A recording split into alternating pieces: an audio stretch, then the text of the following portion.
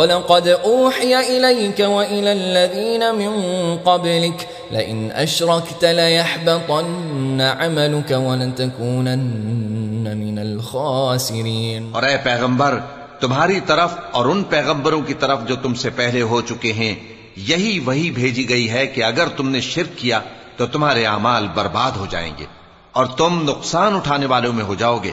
بل اللہ فاعبد وکن من الشاکرین وما قدر اللہ حق قدره والارض جميعا قبضته يوم القيامة والسماوات مطويات بيمينه سبحانه وتعالى عما يشركون۔ بلکہ اللہ ہی کی عبادت کرو اور شکر گزاروں میں رہو، اور انہوں نے اللہ کی قدر شناسی جیسی کرنی چاہیے تھی نہیں کی، اور قیامت کے دن تمام زمین اس کی مٹھی میں ہوگی اور آسمان اس کے داہنے ہاتھ میں لپٹے ہوئے ہوں گے، اور وہ ان لوگوں کے شرک سے پاک ہے، بلند و برتر ہے۔ السلام علیکم ورحمۃ اللہ وبرکاتہ۔ وعلیکم السلام ورحمۃ اللہ وبرکاتہ۔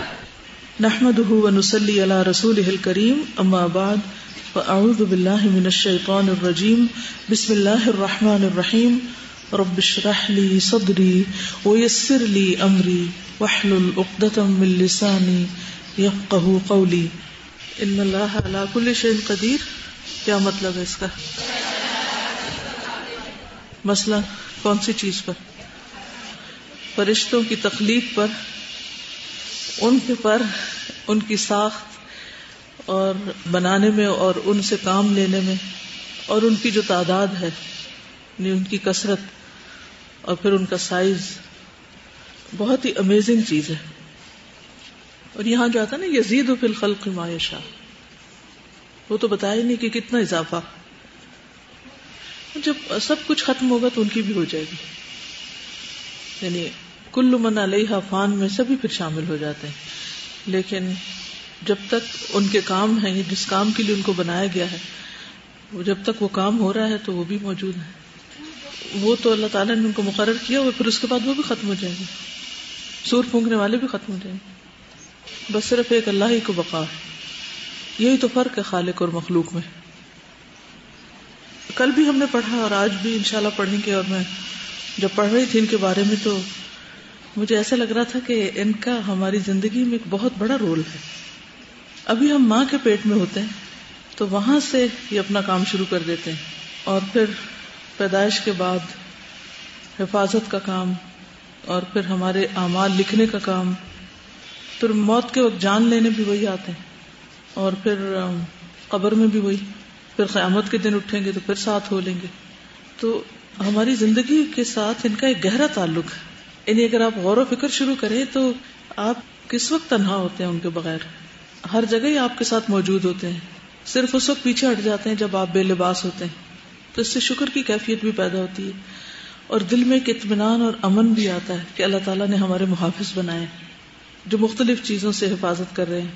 ورنہ اگر ہمیں اپنی حفاظت کے لیے خود انتظام کرنا پڑتا تو کتنی مشکل ہوتی۔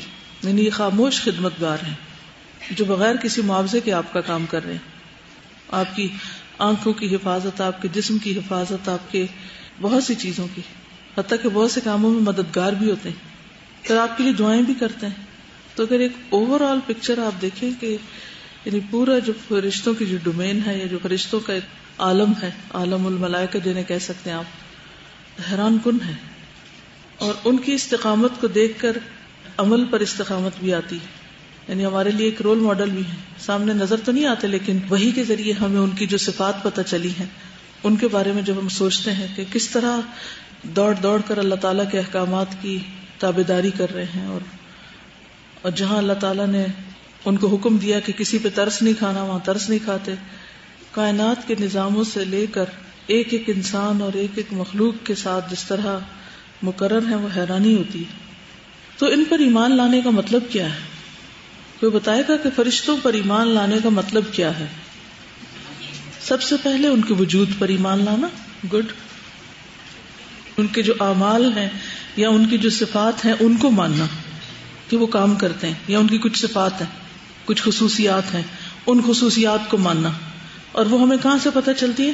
ہم نے دیکھی تو نہیں ہوتی، قرآن و سنت سے پتہ چلتی ہے. جی. اور جب وجود پر ایمان لائیں گے تو اس بات پر بھی ایمان ہوگا کہ ان کو اللہ نے نور سے پیدا کیا ہے.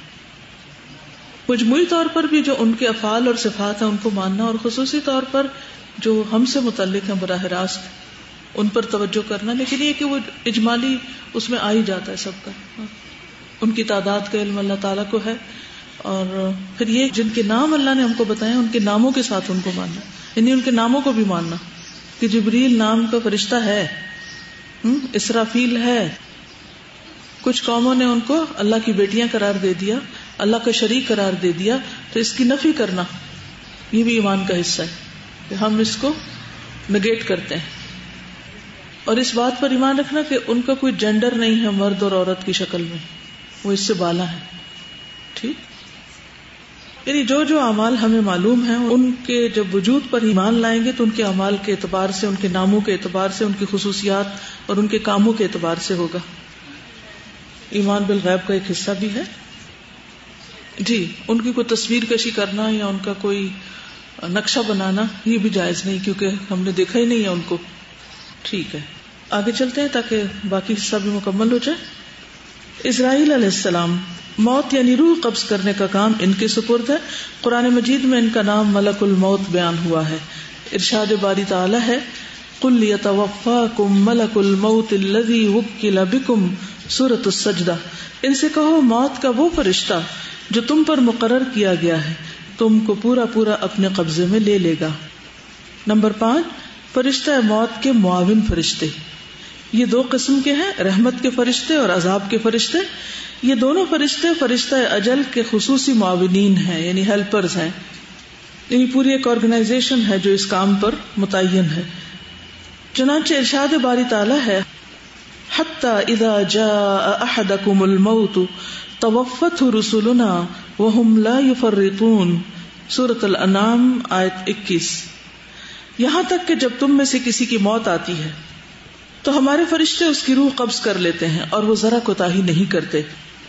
قرآن مجید میں موت کے ان فرشتوں کو النازعات اور الناشطات کہا گیا ہے.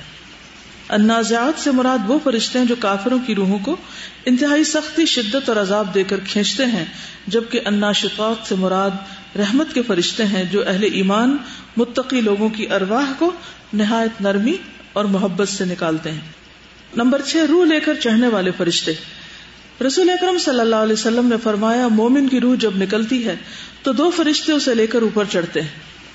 آسمان والے کہتے ہیں کیسی پاک روح ہے جو زمین کی طرف سے آئی ہے، اللہ تجھ پر اور اس کے بدن پر رحمت نازل کرے جس کو تو آباد رکھتی تھی. روح جسم کو آباد رکھتی. اس کے بعد پروردگار کے سامنے اس کو لے جایا جاتا ہے. اللہ تعالیٰ فرماتے ہیں اس کو اخیر وقت تک کے واسطے سدرۃ المنتہا میں لے جاؤ. اور کافر کی روح جس وقت نکلتی ہے آسمان کی طرف جاتی ہے تو آسمان والے کہتے ہیں کیسی خبیث روح زمین کی طرف سے آئی ہے، اور حکم ہوتا ہے کہ اخیر وقت تک کے واسطے اس کو سجین میں لے جاؤ. صحیح مسلم. نمبر 7، منکر نکیر. وہ فرشتے جو مرنے کے بعد آدمی سے 3 سوالات کرتے ہیں. منکر نکیر ہے. منکر نکیر کا مطلب ہے کہ انہوں نے انکار کر دیا ہے کہ وہاں سے مسکرائیں یا ترس کھائیں. رسول اللہ صلی اللہ علیہ وسلم نے فرمایا جب مردے کو قبر میں رکھ دیا جاتا ہے اور اوپر سے مٹی ڈال کر لوگ گھروں کو لوٹ جاتے ہیں تو مردے کے پاس 2 سیاہ فام نیلی آنکھوں والے فرشتے آتے ہیں. ان میں سے ایک منکر اور دوسرے کو نکیر کہا جاتا ہے. وہ سوال کریں گے تیرا رب کون ہے، تیرا دین کیا ہے، تیرا نبی کون ہے، تیرا قبلہ کون سا ہے، تیرے بھائی کون ہے، تیرا امام کون ہے، تیرا دستور کیا ہے، تیرے اعمال کیا ہے وغیرہ. جس مومن متقی کو اللہ نے توفیق بخشی اور اسے قول ثابت پر قائم رکھا وہ ان سے پوچھے گا کس نے تمہیں مجھ پر یہ اختیار دیا ہے، کس نے تم دونوں کو میرے پاس بھیجا ہے. یہ سوال اللہ کے پسندیدہ علماء ہی کر سکیں گے. چنانچہ ایک فرشتہ دوسرے سے کہے گا یہ سچ کہتا ہے، ہماری سختی سے بچ گیا ہے. تو مومن انہیں جواب میں کہے گا میرا رب اللہ واحد ہے جس کا کوئی شریک نہیں، اسلام میرا دین ہے، محمد صلی اللہ علیہ وسلم میرے نبی ہیں، کعبۃ اللہ میرا قبلہ ہے، تمام مومن میرے بھائی ہیں، قرآن میرا قائد اور امام ہے، سنت رسول دستور ہے، میں نے کتاب اللہ پڑھی، میں اس پر ایمان لایا اور اس کی تصدیق کی. منکر نکیر یہ سن کر کہتے ہیں تم نے سچ کہا. صحیح بخاری میں ایک روایت ہے کہ وہ اس سے سوال کرتے ہیں کہ جناب رسالت معاد کے متعلق تم کیا کہتے ہو. مومن جواب دے گا میں گواہی دیتا ہوں کہ وہ اللہ کے بندے اور اس کے رسول ہیں. وہ دونوں کہیں گے ہم جانتے تھے کہ تم یہی کہو گے. پھر اس کی قبر ہر طرف سے 70 ہاتھ کشادہ کر دی جاتی ہے اور قیامت تک کے لیے اس کی قبر کو راحتوں اور روشنی سے بھر دیا جاتا ہے. تب مردہ کہے گا مجھے میرے گھر والوں کے پاس جانے دو تاکہ میں ان کو اپنی سرگزشت سناؤں. وہ دونوں کہیں گے جس طرح ایک دلہن سوتی ہے جسے اس کا خاوند ہی جگا سکتا ہے، اسی طرح تم قیامت تک آرام کرو. اور اگر مرنے والا منافق ہوتا ہے تو وہ ہر سوال پر شور مچاتا ہے اور کہتا ہے کہ لوگ جو کچھ کہتے تھے میں وہی کرتا تھا. ہائے مجھے نہیں معلوم. فرشتے کہیں گے ہمیں علم تھا کہ تو یہی کہے گا. پھر زمین سے کہا جائے گا کہ مل جا. زمین باہم مل جائے گی. پھر اس کے سبب اس کی دائیں پسلیاں بائیں پسلیوں میں پیوست ہو جائیں گی، یعنی باہم بھیج جائیں گی. اور تا قیامت اسے یوں ہی عذاب ہوتا رہے گا، یعنی تنگی کا، ضیق المقام. نمبر 8 حاملین عرش. یہ تعداد میں 4 ہیں. حامل کہتے ہیں نا اٹھانے والے کو، حاملین جمع ہے اس کی. حاملین عرش یہ تعداد میں 4 ہیں. قیامت کے دن ان میں مزید 4 کا اضافہ ہو جائے گا اور ان کی تعداد 8 ہو جائے گی. قرآن مجید میں ہے الذین یحملون العرش ومن حولہ یسبحون بحمد ربہم ویؤمنون بہ ویستغفرون للذین آمنوا. سورۃ المؤمن آیت 7. جو فرشتے عرش کو اٹھائے ہوئے ہیں اور جو اس کے ارد گرد ہیں وہ سب اپنے پروردگار کی تعریف کے ساتھ تسبیح کرتے رہتے ہیں اور اس پر ایمان رکھتے ہیں اور ایمان لانے والوں کے لیے بخشش مانگتے رہتے ہیں. کیا کرتے ہیں حاملین عرش؟ نمبر 1 اللہ کی تسبیح کرتے ہیں. نمبر 2 اللہ پر ایمان رکھتے ہیں. اور نمبر 3 ایمان لانے والوں کی بخشش کی دعائیں کرتے ہیں. اسی طرح وَيَحْمِلُ عَرْشَ رَبِّكَ فَوْقَهُمْ يَوْمَئِذٍ ثَمَانِيَةٌ سورۃ الحاقہ. اور تمہارے رب کے عرش کو اس روز 8 فرشتے اٹھائے ہوئے ہوں گے، یعنی قیامت کے دن.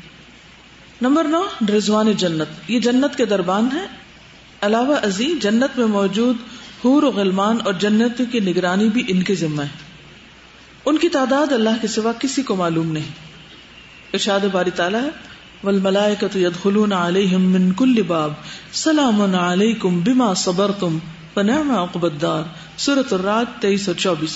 اور رحمت کے فرشتے ہر ایک دروازے سے ان کے پاس آئیں گے اور کہیں گے تم پر سلامتی ہو کیونکہ تم نے صبر کیا تو کیا ہی اچھا آخرت کا گھر ہے. فرشتے دوزخ. نمبر 10 دوزخ کے انتظام کے لیے جو فرشتے مقرر ہیں ان پر 19 داروغہ یا سردار ہیں. اللہ کی طرف سے یہ دوزخیوں کو عذاب دینے پر مامور ہیں. فرمان الہی ہے سأصلیہ سقر وما ادراک ما سقر لا تبقی ولا تذر لواحۃ للبشر علیہا 19 وما جعلنا اصحاب النار الا ملائکہ وما جعلنا عدتهم الا فتنة للذین کفروا.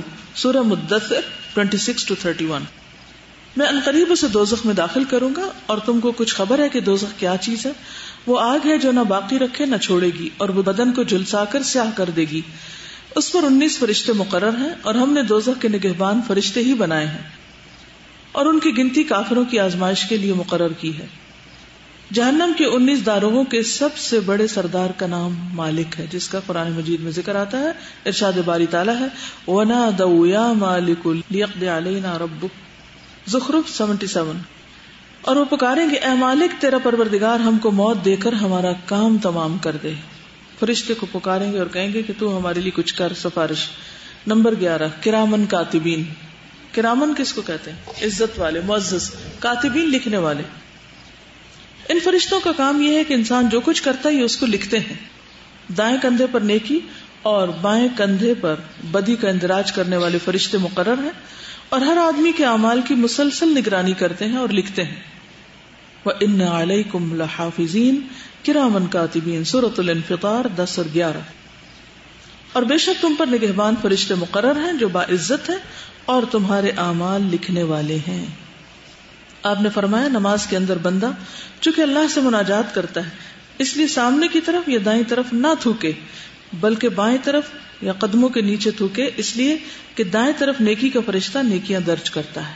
تو اس فرشتے کا احترام کرنا چاہیے. پہرے دار فرشتے. نمبر 12 یہ وہ فرشتے ہیں جو دن رات انسانوں اور ان کے اعمال کی حفاظت اور نگرانی کر رہے ہیں. کس کی؟ اعمال اور خود انسانوں کی، یعنی انسانوں کی بھی اور ان کے اعمال دونوں کی. اور ان کو بہت سی آفتوں اور بلاؤں سے محفوظ رکھتے ہیں. چنانچہ ارشاد باری تعالیٰ ہے من بین یدیہ ومن خلفہ یحفظونہ من امر اللہ. سورۃ الرعد 11. اس کے آگے اور اس کے پیچھے اللہ کے فرشتے ہیں جو اللہ کے حکم سے اس کی حفاظت کرتے ہیں. کس کی؟ انسانوں. اس آیت کی تفسیر میں ابن عباس فرماتے ہیں اللہ نے ہر انسان کے ساتھ کچھ فرشتے مقرر کر رکھے ہیں جو دائیں بائیں اور آگے پیچھے سے اس کی حفاظت کرتے ہیں. جب اللہ کا فیصلہ آ جاتا ہے تو حفاظت سے ہاتھ اٹھا لیتے ہیں, تو پھر جو تکلیف پہنچنی وہ پہنچ جاتی. مجاہد کہتے ہیں خدا کے یہ فرشتے سوتے جاگتے اٹھتے بیٹھتے شریر انسان اور کیڑوں مکوڑوں سے انسانوں کی حفاظت کرتے ہیں. یہ کتنی عجیب بات ہے نا کہ ہم سو رہے ہوتے ہیں تو بالکل بے ہوش ہوتے ہیں نا, کچھ ہمیں پتہ نہیں ہوتا کون پاس سے گزرا, کون دیکھ رہا ہے, کوئی کیا کرنے والا ہے, کچھ بھی تو اپنی خبر ہوش نہیں ہوتی. تو اس کو کون حفاظت کر رہا ہوتا ہے؟ اور خصوصاً اگر آپ آیت الکرسی پڑھ کر سوئیں اور اگر آپ آخری آیات جو ہیں سورۃ البقرہ کی وہ پڑھیں, یہ فرشتے انسان کے ایک ایک لفظ اور عمل کی بھی نگرانی کر رہے ہیں. ما یلفظ من قول الا لدیہ رقیب عتید, قاف 18. انسان کوئی لفظ نہیں بولتا مگر وہاں ہمارا ایک حاضر محافظ موجود رہتا ہے. دیکھیے اگر اللہ ان کو دماغ ریڈنگ کی اجازت دے دے تو کیا مشکل ہے. ان کو اگر خاص قسم کی کوئی صلاحیت دی گئی ہے تو اس کا غیب سے تو تعلق نہیں, صلاحیت ہی ہے نا. جسے اگر شیطان کو اجازت ہے کہ خون کے اندر دوڑ لے تو فرشتوں کو بھی اجازت ہو سکتی ہے کہ ہماری جو برین ویوز ہیں ان کو اسٹڈی کر لے کہ یہ بندہ کیا سوچ رہا ہے. اصل حقیقت تو اللہ ہی جانتا ہے کہ اس حفاظت کا مطلب کیا ہے. بیسیکلی یہ جو محافظ فرشتے ہیں نا, ان کے بارے میں ایک اوپینین تو یہ ہے کہ یہ ہماری حفاظت کرتے ہیں, اور دوسرے یہ کہتے ہیں کہ یہ وہی ہیں جو ان علیکم لحافظین کرامن کاتبین. حافظ بمانا نگران, یعنی واچ کر رہے ہیں ہم کر کیا رہے ہیں اور اس کو پھر لکھ لیتے ہیں. ٹھیک ہے. نمبر 13 فرشتہ تقدیر. انس بن مالک بیان کرتے ہیں اللہ تعالیٰ نے رحم مادر پر جس فرشتے کو مقرر کر رکھا ہے وہ عرض کرتا ہے پروردگار نطفہ یعنی میں بناؤں, پروردگار بستہ خون یعنی کہ جمع ہوا خون, پروردگار لوتھڑا. اس کے بعد جب اللہ تعالیٰ اس کی بناوٹ مکمل کرنی چاہتا ہے تو فرشتہ عرض کرتا ہے پروردگار یہ لڑکا ہے یہ لڑکی, یعنی اللہ کے حکم کے مطابق پر وہ شیپ ملتی. یہ نیک بخت ہے یا بدبخت, رزق کیا ہے, عمر کیا ہے. اس طرح کی یہ باتیں ماں کے پیٹ کے اندر ہی لکھ دی جاتی اور یہ کام بھی فرشتہ کر رہا ہوتا ہے. نمبر 14 پہاڑوں کے نگران. ان فرشتوں کے ذمہ پہاڑوں کی نگرانی ہے. رسول کریم صلی اللہ علیہ وسلم کا ارشاد ہے پہاڑوں کے فرشتے نے حاضر ہو کر سلام کیا اور کہا اے اللہ کے رسول صلی اللہ علیہ وسلم اگر ارشاد ہو تو پہاڑوں کی چوٹیوں کو ملا کر ان گستاخوں کو چکنا چور کر دیں, یعنی جو طائف کے لوگ تھے ان کی طرف اشارہ ہے. نمبر 15 گشت کرنے والے فرشتے, یہ گھومنے پھرنے والے جن کو ملائکۃ سیارہ کہا جاتا ہے. بعض فرشتے زمین میں گشت کرتے ہیں, اہل ذکر کی مجلس کو گھیر لیتے ہیں اور جو کوئی دنیا کے گوشے میں درود و سلام بھیجتا ہے اس کا ہدیہ عالم برزخ میں جا کر دربار رسالت میں پہنچاتے ہیں. رسول کریم صلی اللہ علیہ وسلم نے فرمایا خداوند عالم کے کچھ فرشتے زمین میں گشت کرتے ہیں اور میری امت کا سلام مجھ تک پہنچاتے ہیں, اور وہ ذکر کی محفلوں کو بھی گھیر لیتے ہیں. دعا کرنے والے فرشتے. نمبر 16 کچھ فرشتوں کا کام یہ ہے کہ وہ مومنین کے لیے ان کی غیر موجودگی میں دعا کرتے ہیں. رسول اکرم صلی اللہ علیہ وسلم نے فرمایا مسلمانوں کی دعا اپنے بھائی کے لیے اس کے پس پشت قبول ہوتی. جب کوئی مسلمان اپنے بھائی کے لیے دعائے خیر کرتا ہے تو وہ مقرر فرشتہ جو اس کے سر کے پاس کھڑا ہوتا ہے آمین کہتا ہے اور کہتا ہے تیرے لیے بھی اتنا ہی. کبھی میں محسوس ہوا کہ ہمارے پاس بھی ہے اور جو ہم کہہ رہے ہیں وہ دہرا رہا ہے, فوراً ہی بدلہ دیا جا رہا ہے جو ہم کسی کے ساتھ خیر خائی کرتے ہیں. اسی طرح اگر کوئی ہمیں گالیاں دے رہا ہو تو اس کا بھی جواب دیتے ہیں. قرآن مجید اور سنت نبویہ سے فرشتوں کے بہت سے خواص اور صفات کا علم ہوتا ہے. نمبر 1 حیا. شرم و حیا اس مخلوق کا امتیاز ہے. اس کا اظہار فرشتے اسی طرح کرتے ہیں جس طرح اللہ نے انہیں اظہار کی توفیق بخشی ہے. رسول اکرم صلی اللہ علیہ وسلم نے عثمان رضی اللہ تعالیٰ عنہ کی حیا کی طرف اشارہ کرتے ہوئے فرمایا میں ایسے شخص سے کیوں نہ شرم کروں جس سے فرشتے بھی شرماتے ہیں. صحیح مسلم. احساس اذیت. جن چیزوں سے انسانوں کو تکلیف ہوتی ہے ان سے فرشتوں کو بھی تکلیف ہوتی. آپ نے فرمایا کوئی شخص پیاز لہسن اور گنا کھا کر ہماری مسجد میں نہ آئے کیونکہ جس چیز سے آدمیوں کو اذیت ہوتی ہے اس سے فرشتوں کو بھی اذیت ہوتی. نیز فرمایا جس گھر میں کتا ہو یا تصویر ہو فرشتے اس گھر میں داخل نہیں ہوتے. اللؤلؤ والمرجان. فرشتوں کا ان گھروں میں نہ جانا ان مکروہ چیزوں سے انہیں کراہت اور اذیت پہنچانے کی دلیل ہے. اللہ کی بندگی. اللہ کی بندگی فرشتوں کا مشغلہ ہے, اس کی حمد و ثنا ان کا وظیفہ ہے. اللہ تعالیٰ کا ارشاد ہے یسبحون اللیل والنہار لا یفترون. سورۃ الانبیاء. وہ رات دن اس کی پاکیزگی بیان کرتے اور کمی نہیں کرتے. سورۃ النحل آیت 49 میں ارشاد فرمایا اور آسمانوں اور زمین میں جتنے جاندار ہیں سب اسی کو سجدہ کرتے ہیں اور فرشتے بھی, اور وہ ذرا تکبر نہیں کرتے. سورۃ الانبیاء آیت 28 میں فرمایا وَهُمْ مِنْ خَشْيَتِهِ مُشْفِقُونَ. نمبر 4 نافرمانی سے اجتناب. فرشتے اللہ کی نافرمانی نہیں کرتے, وہ لمحہ بھر کے لیے اپنے کاموں سے غافل نہیں ہوتے. لا يعصون اللہ ما امرهم ويفعلون ما يؤمرون. سورۃ التحریم آیت 6. اللہ نے ان کو جو حکم دیا ہے اس کی نافرمانی نہیں کرتے اور جو حکم ان کو ملتا ہے اسے بجا لاتے ہیں. نمبر 5 اللہ کے خاص بندوں سے محبت. فرشتے بھی محبت بھی کرتے ہیں اور اس کا اظہار بھی. نبی صلی اللہ علیہ وسلم نے فرمایا جب اللہ تعالیٰ کسی بندے سے محبت فرماتا ہے تو جبریل کو حکم ہوتا ہے میں فلاں بندے سے محبت کرتا ہوں, تم بھی اس سے محبت کرو. جبریل اس سے محبت کرتے ہیں. پھر جبریل علیہ السلام اہل آسمان کو پکار کر کہتے ہیں باری تعالیٰ فلاں بندے کو محبوب رکھتا ہے لہذا تم بھی اس سے محبت کرو. چنانچہ آسمان والے بھی اس سے محبت کرنے لگتے ہیں. پھر زمین پر بھی اس کو قبول عام حاصل ہو جاتا ہے. بخاری کتاب التوحید. دعا اور بد دعا کرنا. فرشتے اللہ تعالیٰ کے نیک بندوں کے لیے دعا کرتے ہیں. ان کی ایک دعا یہ ہے ربنا وسعت كل شيء رحمة وعلما فاغفر للذين تابوا واتبعوا سبيلك وقهم عذاب الجحيم. سورۃ المؤمن 7. اے ہمارے رب تو رحمت اور علم کے ساتھ ہر چیز پر چھایا ہوا ہے, تو جن لوگوں نے توبہ کی اور تیرے راستے پر چلے ان کو بخش دے اور ان کو دوزخ کے عذاب سے بچا لے. اور جن پر خدا کی لعنت ہوتی ہے فرشتے بھی ان کے لیے لعنت کرتے ہیں. ان الذين كفروا وماتوا وهم كفار اولئك عليهم لعنة الله والملائكة والناس اجمعین. البقرہ 161. بلا شبہ وہ لوگ جنہوں نے کفر کیا ہے وہ کفر کی حالت میں ہی مر گئے ہیں, یہی وہ ہیں جن پر اللہ کی لعنت اور فرشتوں اور تمام لوگوں کی لعنت ہے. ایمان بالملائکہ کا ثمرہ. نمبر 1 فرشتوں پر ایمان لانے سے اللہ کی عظمت کا شعور بڑھتا ہے, اس کی رحمت کا احساس ہوتا ہے کہ اس نے مومنوں کے لیے دعا اور استغفار کرنے اور مومنوں کو ممکنہ حد تک گناہوں سے محفوظ رکھنے کے لیے فرشتوں کو مامور کر رکھا ہے. نمبر 2 انہی کی موجودگی کی وجہ سے انسان کو یہ بات یاد رہتی ہے کہ میرا قول اور فعل لکھا جا رہا ہے.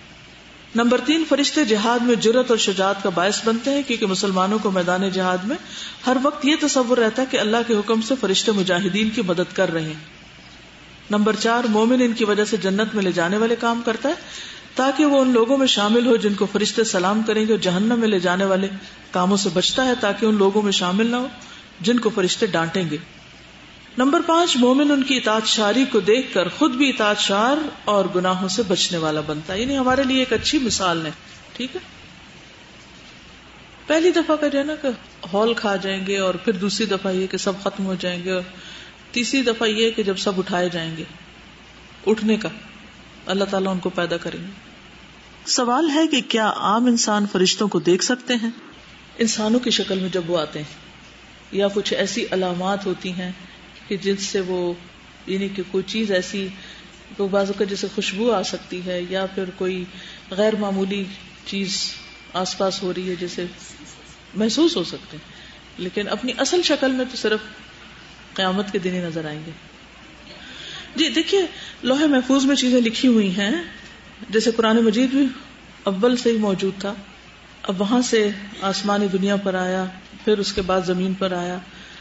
اسی طرح انسانوں کی روحیں بھی آلریڈی کریٹڈ ہیں, وہ جب آتی ہیں اور انسانوں میں جاتی ہیں, اور تو وہ ساری چیزیں لوح محفوظ میں تو ہر چیز کا ریکارڈ ہے.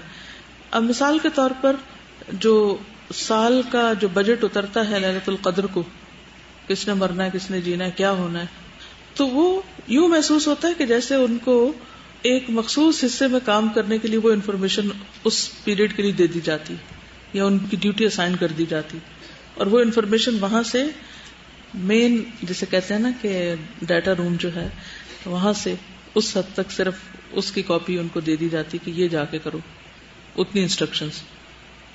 اصل کیا ہے وہ سب وہ تو اللہ ہی جانتا ہے, کیونکہ سب چیزیں غیب سے تعلق رکھتی ہیں, ہم صرف قیاس ہی کر سکتے ہیں. نہیں ابھی تو پڑھا ہے ہم نے ملک الموت کے ساتھ معاون فرشتے ہیں. وہ دیکھیے ایسا ہے نا کہ جیسے اس کے پاس پوری پلاننگ ہے کہ کس کس کو مرنا ہے مثلا آج کے دن, تو وہ اس جگہ پر ویسے ویسے فرشتے بھیج دیتا ہوگا. ٹھیک ہے, وہ آگے سے ڈیلیگیٹ کرتا ہے نا کام کو, اور سپروائز خود کرتا ہے کہ کیا ہوا اینڈ آف دا ڈے. کسی بھی ریسپانسبل شخص کا یہی کام ہوتا ہے نا. جیسے انسانوں میں جو کسی بھی مثلاً کسی بھی آرگنائزیشن یا کسی بھی کام کا جو امیر ہوتا ہے یہ ذمہ دار ہوتا ہے. جب کوئی کام خراب ہوتا ہے تو بھی اس کے ذمہ پڑتا ہے, اچھا ہوتا ہے تو بھی اس کے ذمہ پڑتا ہے. اس کا یہ مطلب نہیں سب کچھ اس نے خود کیا, یعنی اس کا کام کیا ہے, ڈیلیگیٹ کرنا اور سپروائز کرنا. اصل میں ان سب باتوں کے جواب میں بہت ہی احتیاط کی ضرورت ہے. میں اپنی طرف سے کوئی حکم لگا ہی نہیں سکتی, اور نہ میرے پاس کوئی ذریعہ کہ میں آپ کے لیے وہاں سے وہ علم سیکھ کر آ جاؤں جس کا سورس صرف وہی ہے, اور میں بھی اسی کے محتاج ہوں جو لکھا ہوا ہے. وہ تو پڑھ کے لا سکتی ہوں لیکن اس کے علاوہ نہیں. پھر ہم اندازہ کر سکتے ہیں کہ ہاں ایسا ہوتا ہوگا. اور پھر یہ کہ ان کی کیپیسٹی اتنی زیادہ ہے. مثلاً اگر آپ یہ سمجھتے کہ ملک الموت ہر بندے کی خود جرو نکالتا ہے, تو جیسے جبریل کے 600 پر ہیں, تو معلوم نہیں ان کو کیا کیا آلات دیے گئے ہوں گے. دنیا میں انسانوں نے انسانوں کو مارنے کے لیے کیا کچھ نکال لیا. یعنی اب جو ٹارگیٹڈ چیزیں بھیجی جاتی ہیں این بندے کے اوپر جا کے لگئی ہے اس علاقے پہ, اور یہ سب کچھ آٹومیٹک ہونے لگا ہے, تو کیا یہ تو انسانوں کی کوششیں ہیں. اللہ تعالیٰ کا نظام کتنا بڑا ہے, کتنا اسٹرانگ ہے, اس کی طاقت کتنی بڑی ہے, اور وہ اپنی مرضی سے جس کو جو طاقت چاہے عطا کر دے اپنے انتظام کے لیے, اس کے لیے کچھ بھی مشکل نہیں. اب مثلاً میں حاملین عرش کی بات کرنے لگی, تھوڑا سا میں اسی لیے کہہ رہی ہوں, ریکویسٹ کر رہی ہوں کہ تھوڑی سی اور وسعت لے آئیں اپنے علم میں, پھر شاید باتیں مزید سمجھنا آسان ہو. ٹھیک ہے, چند باتیں اور. پہلی فرشتوں کی تخلیق کے متعلق بات کروں گی, یعنی کہ تخلیق کس قسم کی ہے, ان کی قد و قامت. نبی صلی اللہ علیہ وسلم نے فرمایا, مجھے یہ اجازت دی گئی ہے کہ میں اللہ کے عرش کے اٹھانے والے فرشتوں میں سے کسی فرشتے کے بارے میں بیان کروں کہ وہ کیسا ہے. پتہ ہے آپ کو کیسا ہے وہ؟ سنن نبی داؤد کی روایت ہے, اس میں آتا ہے کہ اس کے کانوں کی لو سے کندھے تک کا درمیانی فاصلہ, اپنا بھی دیکھ لیں اور اس کا بھی دیکھ لیں, 700 سال کی مسافت تک ہے. صرف اتنا. کتنے ہیوج ہوں گے, کتنے بڑے ہوں گے, اور ان کے اندر طاقت کتنی ہوگی اور قوت کیا, اور اللہ عالم, اللہ کے سوا کوئی نہیں جانتا. یہ صرف ایک فرشتے کی ایک چھوٹی سی جگہ کی ڈسکرپشن دی گئی ہے حدیث میں. تو ہم ان کو انسانوں پہ نہ قیاس کریں کہ جیسے ہم کہتے ہیں کہ انسان کی لمیٹڈ پاورز ہیں یا لمیٹڈ اس کا سکوپ ہے, تو شاید اگر ہم مثلاً ملک الموت کو کہتے ہیں وہ سب انسانوں کی بیک وقت, کیونکہ یہ اعتراض کیا جاتا ہے کہ اگر ایک وقت میں 1000 بندے مر رہے ہیں تو 1000 جگہ کیسے ہوتے ہیں. اللہ عالم, ہو بھی سکتے ہیں, کیا پتا ان کو 1000 آنکھیں دی گئی ہوں, 1000 ہاتھ دیے گئے ہوں, اللہ جانتا ہے, بتایا نہیں گیا ہمیں. تو اس لیے ایمان بالملائکہ کا مطلب کیا کہ میں نے اسپیسیفکلی دوبارہ جا کے کہا کہ ان کے جو اعمال ہیں, ان کے جو کام ہیں, جیسے بتائے گئے کہ وہ کرتے ہیں ویسا ہی ماننا کہ ہاں وہ کرتے ہیں, کہ وہ ایسا کرتے ہیں اور کر سکتے ہیں, کیونکہ اللہ نے ان کو اس کے لیے بنایا ہے, پیدا کیا ہے. تو ظاہر ہے کہ جب کام دیا تو اتھارٹی بھی دی ہے, طاقت بھی دی ہے, وسائل بھی دیے. ایک اور حدیث سے فرشتوں کی طاقت کا پتہ چلتا ہے. یہ تو قد و قامت ہے نا. رسول اللہ صلی اللہ علیہ وسلم نے فرمایا, جب ہم بیت المقدس پہنچے تو جبریل علیہ السلام نے اپنی انگلی کے اشارے سے ایک پتھر میں سوراخ کیا اور براق کو اس سے باندھا. صرف اشارہ. ہم تو یہ جتنا مرضی اشارے کریں کچھ بھی نہیں ہوتا, ہماری کیا طاقت مجال. جی ان کے ٹریولنگ ٹائم آپ دیکھیں. اب تو جو ہماری نالج کے مطابق بھی جو کائنات کی وسعت ہے وہ انبلیویبل حد تک ایک وسیع ہے, لیکن فرشتے اس میں کتنی تیزی سے ٹریول کرتے ہیں, آتے ہیں جاتے ہیں. ان کے پہ طاقت کتنی ہوگی اور ان کی سپیڈ کتنی ہوگی. یہ لائٹ اور دنیا کے جتنے بھی پیمانے سب فیل ہیں اس کے آگے. تو صرف انگلی سے اشارہ کر کے پتھر میں سوراخ کیا اور براق کو اس سے باندھ دیا. پھر ان کے پروں میں طاقت, جیسا کہ آپ نے فرمایا کہ جو قوم لوط کی بستی تھی اس کو جب انہوں نے اٹھایا تو بس ایک ہلکا سا پر مارا اور پوری بستی اٹھا کے اوپر لے جائی گئی اور پھر وہاں سے واپس پلٹائی گئی, پھینکی گئی نیچے. اسی طرح زمزم کے کنویں کے بارے میں آتا ہے کہ فرشتے نے اپنی ایڑی یا بازو سے زمین میں گڑا کر دیا, بس ایسے ہی پر مارا یا پھر ایڑی ماری تو وہ پورا گڑا ہو گیا جہاں سے پانی نکلنے لگا. مکہ کی زمین آپ کو پتا کیسی ہے, کتنی سخت ہے, پتھریلی, گویا ایک طرح سے پتھر میں ہی انہوں نے کچھ مارا ہوگا, اور وہ کتنا بڑا گڑا ہوگا. کہاں ہوگی پانی کی سطح, کہاں سے نکل آیا پانی, صرف ایک اندازہ ہی کر سکتے ہیں طاقت کا. پھر آواز کی طاقت, السلسلہ صحیحہ کی حدیث ہے, پچھلی صحیح بخاری کی تھی جو زمزم کی تھی. ابن عباس کہتے ہیں کہ یہودی نبی صلی اللہ علیہ وسلم کی خدمت میں حاضر ہوئے اور کہا, رعد بادلوں کی گرج یا کڑک کے متعلق ہمیں بتائیں کہ وہ کیا ہے. آپ نے فرمایا, رعد فرشتوں میں سے ایک فرشتہ ہے جس کے ذمہ بادلوں کے معاملات ہیں. اس کے ہاتھوں میں آگ کی تلوار یا کوڑا ہوتا ہے جس سے وہ بادلوں کو اللہ کی مشیت کے مطابق ہانکتا ہے. وہ کہنے لگے, پھر تو یہ آواز جو ہم سنتے ہیں یہ کس کی ہے؟ آپ نے فرمایا, یہ اس کی ڈانٹ کی ہے. وہ بادلوں کو ڈانٹتا ہے یہاں تک کہ اس کے حکم کے مطابق چلیں, یعنی اس طرف ان کو دھکیلتا ہے. ہم اسے جس طرح بھی تعبیر کریں کہ وہ ان کے درمیان رگڑ ہوتی ہے, جو بھی ہوتا ہے, لیکن بہرحال تسبیح بھی کرتے ہیں. یسبح الرعد بحمدہ والملائکۃ من خیفتہ. بہرحال یہ بھی حدیث موجود ہے اور صحیح حدیث ہے کہ اس کا نام ہی کڑک ہے. ٹھیک, فرشتے کا نام ہی کڑک ہے, جیسے جبریل بھی نام ہے. تو اگر اس کا نام اگر کڑک ہو اور اس کی آواز ہو, اور کبھی آپ نے کڑک سنی ہے کتنی شدید ہوتی ہے وہ. چلیے یہ بات آپ کو عجیب لگی, لیکن یہ تو آپ کو معلوم ہے نا کہ بادلوں پہ فرشتے مقرر ہیں, معلوم ہے نا. اور وہ کیا کرتے ہیں, بادلوں کو ہانکتے ہیں اور جدھر چاہیں ہانک کے لے جاتے ہیں. اور میں نے آپ کو ایک چھوٹی سی مثال دی تھی کہ روز صبح دیکھا کریں ہوا کدھر سے چل رہی ہے, آج ہوا کدھر سے آ رہی ہے. تو آپ نے نوٹ کیا کہ ہر روز ایک نئی ڈائریکشن ہوتی ہے. اور پھر ہم تو ایک چھوٹی سی آنکھ سے وہ دور سے دیکھ رہے ہوتے ہیں نا منظر. اگر آپ جب جہاز پہ جاتے ہیں, اوپر جاتے ہیں, تو حیران کن. میرے پاس ایک تصویر ہے جو میں نے خود کھینچی ہوئی ہے ایک سفر پہ. بلیو می, سمندر کے ساتھ ساتھ بادلوں کی ٹکڑیاں اس طرح جا رہی ہیں اور بیچ میں 2 سمندر ملے ہوئے, اس کے اندر سے گزر کے جا رہی ہیں. لٹرلی ایسا لگتا ہے کہ جیسے ان کے آگے آگے کوئی جا رہا ہے اور یہ سارے پیچھے سے فالو کر رہے ہیں. اللہ عالم کیا ہو رہا تھا, لیکن امیزنگ پکچر.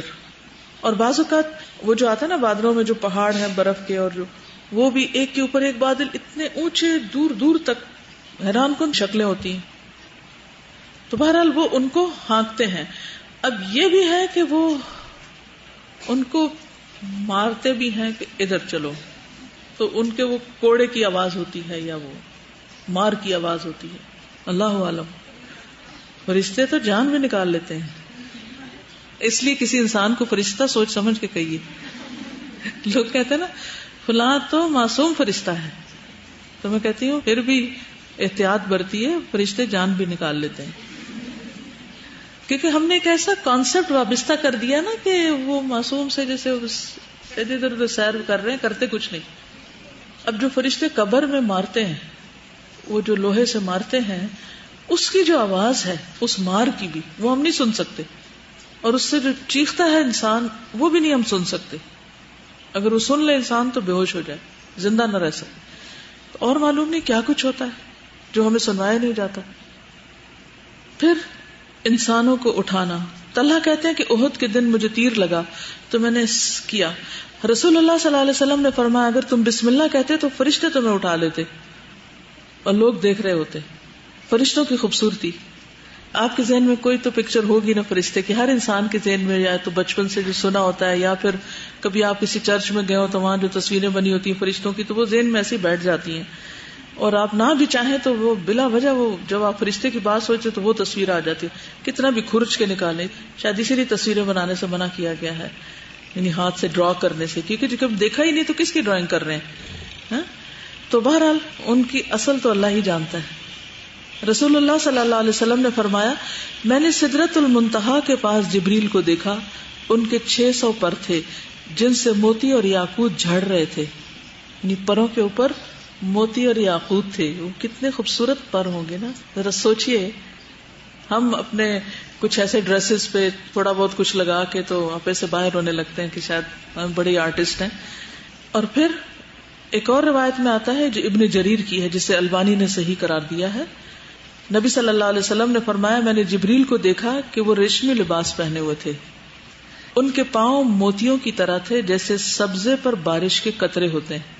کیونکہ نبی صلی اللہ علیہ وسلم تو دیکھا تھا نا, یعنی جیسے گھاس کے اوپر شبنم کے قطرے ہوتے ہیں نا, تو ان کے پاؤں کے اوپر اسی طرح موتی تھے لگے ہوئے, ڈیو ڈراپس جس کا. کتنے خوبصورت ہیں. رسول اللہ صلی اللہ علیہ وسلم نے فرمایا ابھی تمہارے پاس دروازے سے یمن کا ایک بہترین آدمی آئے گا اور اس کے چہرے پر کسی فرشتے کے ہاتھ پھیرنے کا اثر ہوگا. تو جریر داخل ہوئے اور ان کا چہرہ انتہائی خوبصورت تھا. تو اس سے یہ پتہ چلتا ہے کہ بعض اوقات فرشتے جو ہیں وہ ہاتھ بھی پھیرتے ہیں. یہ صحیح الادب المفرد کی روایت ہے. فرشتوں کی خوراک کیا ہوگی؟ مسئلہ تسبیح. حضرت عائشہ کہتی ہیں میں نے نبی صلی اللہ علیہ وسلم سے پوچھا دجال کے زمانے میں ایمان والوں کا کھانا کیا ہوگا؟ آپ نے فرمایا جو فرشتوں کا ہے، یعنی تسبیح اور تکبیر اور تحمید اور تحلیل. یہ تسبیحات اتنی اچھی ہیں کہ تھکاوٹ سے بھی انسان کو آرام دیتی ہیں، غم سے بھی نجات دیتی ہیں، اور اسی طرح بھوک کا بھی علاج ہے. اور دجال کے مقابلے میں ان تسبیحات کے ذریعے ان کو ایک انرجی بھی ملے گی نا اللہ کے ذکر سے. دیکھیے انسان ہمیشہ کمزور اس وقت پڑتا ہے جب اللہ کے ذکر سے غافل ہوتا ہے یا دور ہوتا ہے یا کسی بھی وجہ سے اس میں کمی آ جاتی یا کوئی ایسا عمل کر بیٹھتا ہے کہ وہ چیز ضائع ہو جاتی یا اس کے اثرات ضائع ہو جاتے ہیں. پھر ہے فرشتوں کی گفتگو. ابو ذر رضی اللہ عنہ سے مروی ہے کہ رسول اللہ صلی اللہ علیہ وسلم سے پوچھا گیا اللہ کو کون سا کلام زیادہ پسندیدہ ہے؟ آپ نے فرمایا جو اللہ تعالیٰ نے اپنے فرشتوں کے لیے پسند کر رکھا ہے. کون سا؟ سبحان اللہ و بحمدہ. جب سورۃ الانعام اتر رہی تھی تو اس وقت بھی فرشتوں کا ایک گروہ جو ہے مسلسل یہ تسبیح پڑھتا رہا. میں سوچ رہی تھی جب یہ ساری چیزیں جان کر پتہ تو ہوتا ہی ہے کچھ نہ کچھ، لیکن وہ جب اکٹھے ایک جگہ پڑھتے ہیں تو اور احساس ہوتا ہے نا. کہتے کہ ہمیں اپنے بچوں کو جنوں کی اور پریوں کی اور جھوٹی کہانیاں سنانے کی ہے ضرورت؟ جب اتنا میٹر موجود ہے فرشتوں کے بارے میں اور وہ سچائی پر مبنی ہے اور اس کی ایک حقیقت ہے اور اس پر ایمان لانے کے لیے ہمیں کہا گیا ہے، تو ہمارا ایمان، دیکھیے ایمان کے لیے پہلی شرط علم ہے نا. تو جب علم بھی مکمل نہیں تو ایمان تو مکمل نہیں ہے، پھر ناقص ہے. جب ایمان ناقص ہے تو عمل بھی ناقص ہے، کیونکہ پھر جب اصل چیز سامنے نہیں تو پھر ہم اپنے وہ شیطانی وسوسوں سے گھر کے اور چیزوں میں پڑ جاتے ہیں اور کسی اور راستے پہ چل پڑتے ہیں. تو کتنا ضروری ہے کہ خود بھی اور اپنے بچوں کو بھی یہ ساری معلومات دیں. فرشتوں کی تعداد، نبی صلی اللہ علیہ وسلم نے شب قدر کے متعلق فرمایا کہ یہ 27ویں اور 29ویں شب ہوتی ہے اور اس رات میں زمین پر آنے والے فرشتوں کی تعداد کنکریوں کی تعداد سے بھی زیادہ ہوتی، کثرت سے. خصوصاً قرآن مجید میں اس کا ذکر کیا گیا نا. کیا آتا ہے؟ پڑھیے آیت. تنزل الملائکۃ والروح فیہا، ملائکہ اس میں اترتے ہیں بإذن ربہم. ایسے نہیں آ جاتے کہ ایک جا رہا چلو میں بھی پیچھے چلوں. بإذن ربہم، جن کو اجازت ملتی ہے وہی اترتے ہیں. من کل امر سلام ہی حتی مطلع الفجر. پھر اسی طرح جہنم کو کھینچنے والے فرشتوں کی تعداد، رسول اللہ صلی اللہ علیہ وسلم نے فرمایا جہنم کو لایا جائے گا، اس دن جہنم کی 70,000 لگامیں ہوں گی. لگام ہوتی ہے نا جیسے گھوڑے کی لگام ہوتی، جہنم کی 70,000 ہوں گی اور ایک لگام کو 70,000 فرشتے پکڑے ہوئے کھینچ رہے ہیں. تو کتنی بڑی بلا ہوگی. پر وجیء یومئذ بجہنم، اس دن جہنم سامنے لے آئی جائے گی. فرشتوں کے مراتب. معاذ بن رفاعہ بن رافع اپنے والد رفاعہ سے جو بدر میں شریک تھے روایت کرتے، حضرت جبریل علیہ السلام نے نبی صلی اللہ علیہ وسلم کی خدمت میں آ کر دریافت کیا کہ آپ بدر والوں کو کیسا سمجھتے ہیں؟ آپ نے فرمایا تمام مسلمانوں سے افضل، یا ایسا ہی کوئی دوسرا کلمہ فرمایا نہیں، ان کی تعریف کی. جبریل علیہ السلام نے کہا اسی طرح وہ فرشتے جو بدر میں حاضر ہوئے تھے وہ دوسرے فرشتوں سے افضل ہیں. تو فضیلت کس اعتبار سے؟ کام کے اعتبار سے بھی. صحیح بخاری. تو اس سے یہ پتہ چلتا ہے کہ فرشتوں کو بھی درجات ہیں جیسے باقی چیزوں کے. مثلا سال کی راتوں میں فرق ہے، ہفتے کے دنوں میں فرق ہے، سال کے مہینوں میں فرق ہے، ہر ایک کا اپنا درجہ ہے. انسانوں کے درجات ہیں. تو یہ درجات کس بنیاد پر ہوتے ہیں؟ بعض اوقات ایک تو اللہ نے بنا دیا، خلقی درجات ہے، کسی کو بڑا بنا دی کسی کو چھوٹا بنا دی. اور ایک ہے انسان کے حقیقی درجات جو اس کے ایمان اور عمل اور اخلاق کی وجہ سے ہوتے ہیں. اور فرشتوں میں بھی ان کی ڈیوٹی کے اعتبار سے. جبریل اور میکائیل کا نام. محمد بن عمر کہتے ہیں مجھ سے علی بن حسین نے فرمایا، یہ اثر جو ہے حسن ہے، مسند احمد میں ہے، کہ جبریل علیہ السلام کا نام عبداللہ اور میکائیل علیہ السلام کا نام عبید اللہ ہے. ٹھیک ہے. فرشتوں کے کام کیا کیا کرتے ہیں؟ کچھ تو آپ پڑھ چکے ہیں نا، کچھ چیزیں تھوڑی سی اور. نمازوں میں شریک ہوتے ہیں، فرض نمازوں میں خاص طور پر. نبی صلی اللہ علیہ وسلم نے فرمایا، صحیح بخاری کی روایت ہے، جب پڑھنے والا آمین کہے تو تم بھی آمین کہو. کیونکہ اس وقت فرشتے بھی آمین کہتے ہیں، اور جس کی آمین فرشتوں کی آمین کے ساتھ ہوتی ہے اس کے پچھلے گناہ معاف کر دیے جاتے ہیں. نہیں، نمازوں میں ساتھ شریک ہوتے ہیں، اور امام جب آمین کہتا ہے تو تم بھی کیا کہو؟ آمین. یعنی وہ آخری آیت جو پڑھتا ہے نا وَلَضَّالِّينَ، تو پھر آمین کہو. اس میں ایک اور بھی روایت ہے صحیح بخاری کی، نبی صلی اللہ علیہ وسلم نے فرمایا جب امام سمع اللہ لمن حمدہ کہے تو تم اللہم ربنا لک الحمد کہو، کیونکہ جس کا یہ قول فرشتوں کے موافق ہو جائے تو اس کے پچھلے گناہ معاف کر دیے جاتے ہیں. اور آپ کو وہ حدیث بھی یاد ہوگی کہ آپ صلی اللہ علیہ وسلم نے ایک دفعہ نماز کے بعد فرمایا کہ کس نے یہ کلمات کہے ہیں، حمدن کثیرا طیبا مبارکا فی، کیونکہ میں نے دیکھا کہ 30 سے زیادہ فرشتے آگے بڑھے ہیں جو اس کو اٹھانے کے لیے، اللہ کے پاس لے جانے کے لیے. اس کا مطلب ہے کہ نمازوں کے اوقات میں خاص طور پر ان کا ایک جھرمٹ ہوتا ہے، اور وہ اس وقت بھی حافظین واچ کر رہے ہوتے ہیں کہ کیا ہو رہا ہے. ابھی آپ پوچھ رہے تھے نا وہ کیا حفاظت کرتے ہیں، تو اس کی بھی حفاظت کر رہے ہوتے ہیں نا، کیا بولا کسی نے اور اس بول یا اس قول کو کیا مقام دیا جائے. مثلا کوئی اللہ کی محبت کی بات کرتا ہے، اس کا ذکر کرتا ہے، اس کا شکر کرتا ہے، اس کے منہ سے کیا نکلا، اور اگر جھوٹ نکلتا ہے تو کیا ہوتا ہے؟ فرشتے کہاں جاتے ہیں؟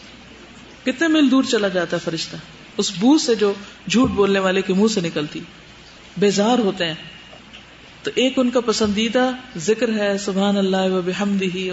پھر یہ کہ اللہ کی حمد پر کوئی اگر الفاظ ہم کہتے ہیں، اس سے یہ ایک بات پتہ چلتی ہے کہ بعض اوقات کچھ الفاظ آپ صلی اللہ علیہ وسلم نے نہیں فرمائے، لیکن آپ کی موجودگی میں کہے گے تو آپ نے ان کو ریکمینڈ کیا، پسند کیا.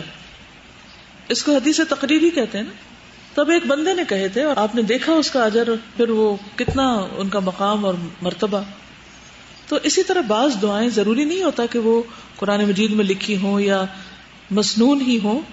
اگر کسی عام بندے کے بھی کچھ الفاظ ایسے ہیں کہ جن کا مطلب ٹھیک ہے لیکن بہت ہی خوبصورت الفاظ میں اپنے دل کے جذبات کا اظہار کیا ہوا ہے یا اللہ سے کچھ مانگا ہوا ہے، تو اس دعا کے ذریعے بھی اگر ہم مانگ لیں تو کوئی اس میں ممانعت نہیں ہے. اسی لیے آپ دیکھیں کہ دعاؤں میں بعض اوقات کچھ روایات ضعیف ہوتی، ٹھیک ہے، تو ان روایات کو یکسر ترک نہیں کر دینا چاہیے. بس یہ سمجھنا چاہیے کہ یہ نبی صلی اللہ علیہ وسلم نے نہیں فرمائی، ضعیف روایت ہے، لیکن دعا اچھی ہے، دعا کے الفاظ اچھے ہیں، تو اس ذریعے سے دعا مانگنے میں حرج نہیں ہے.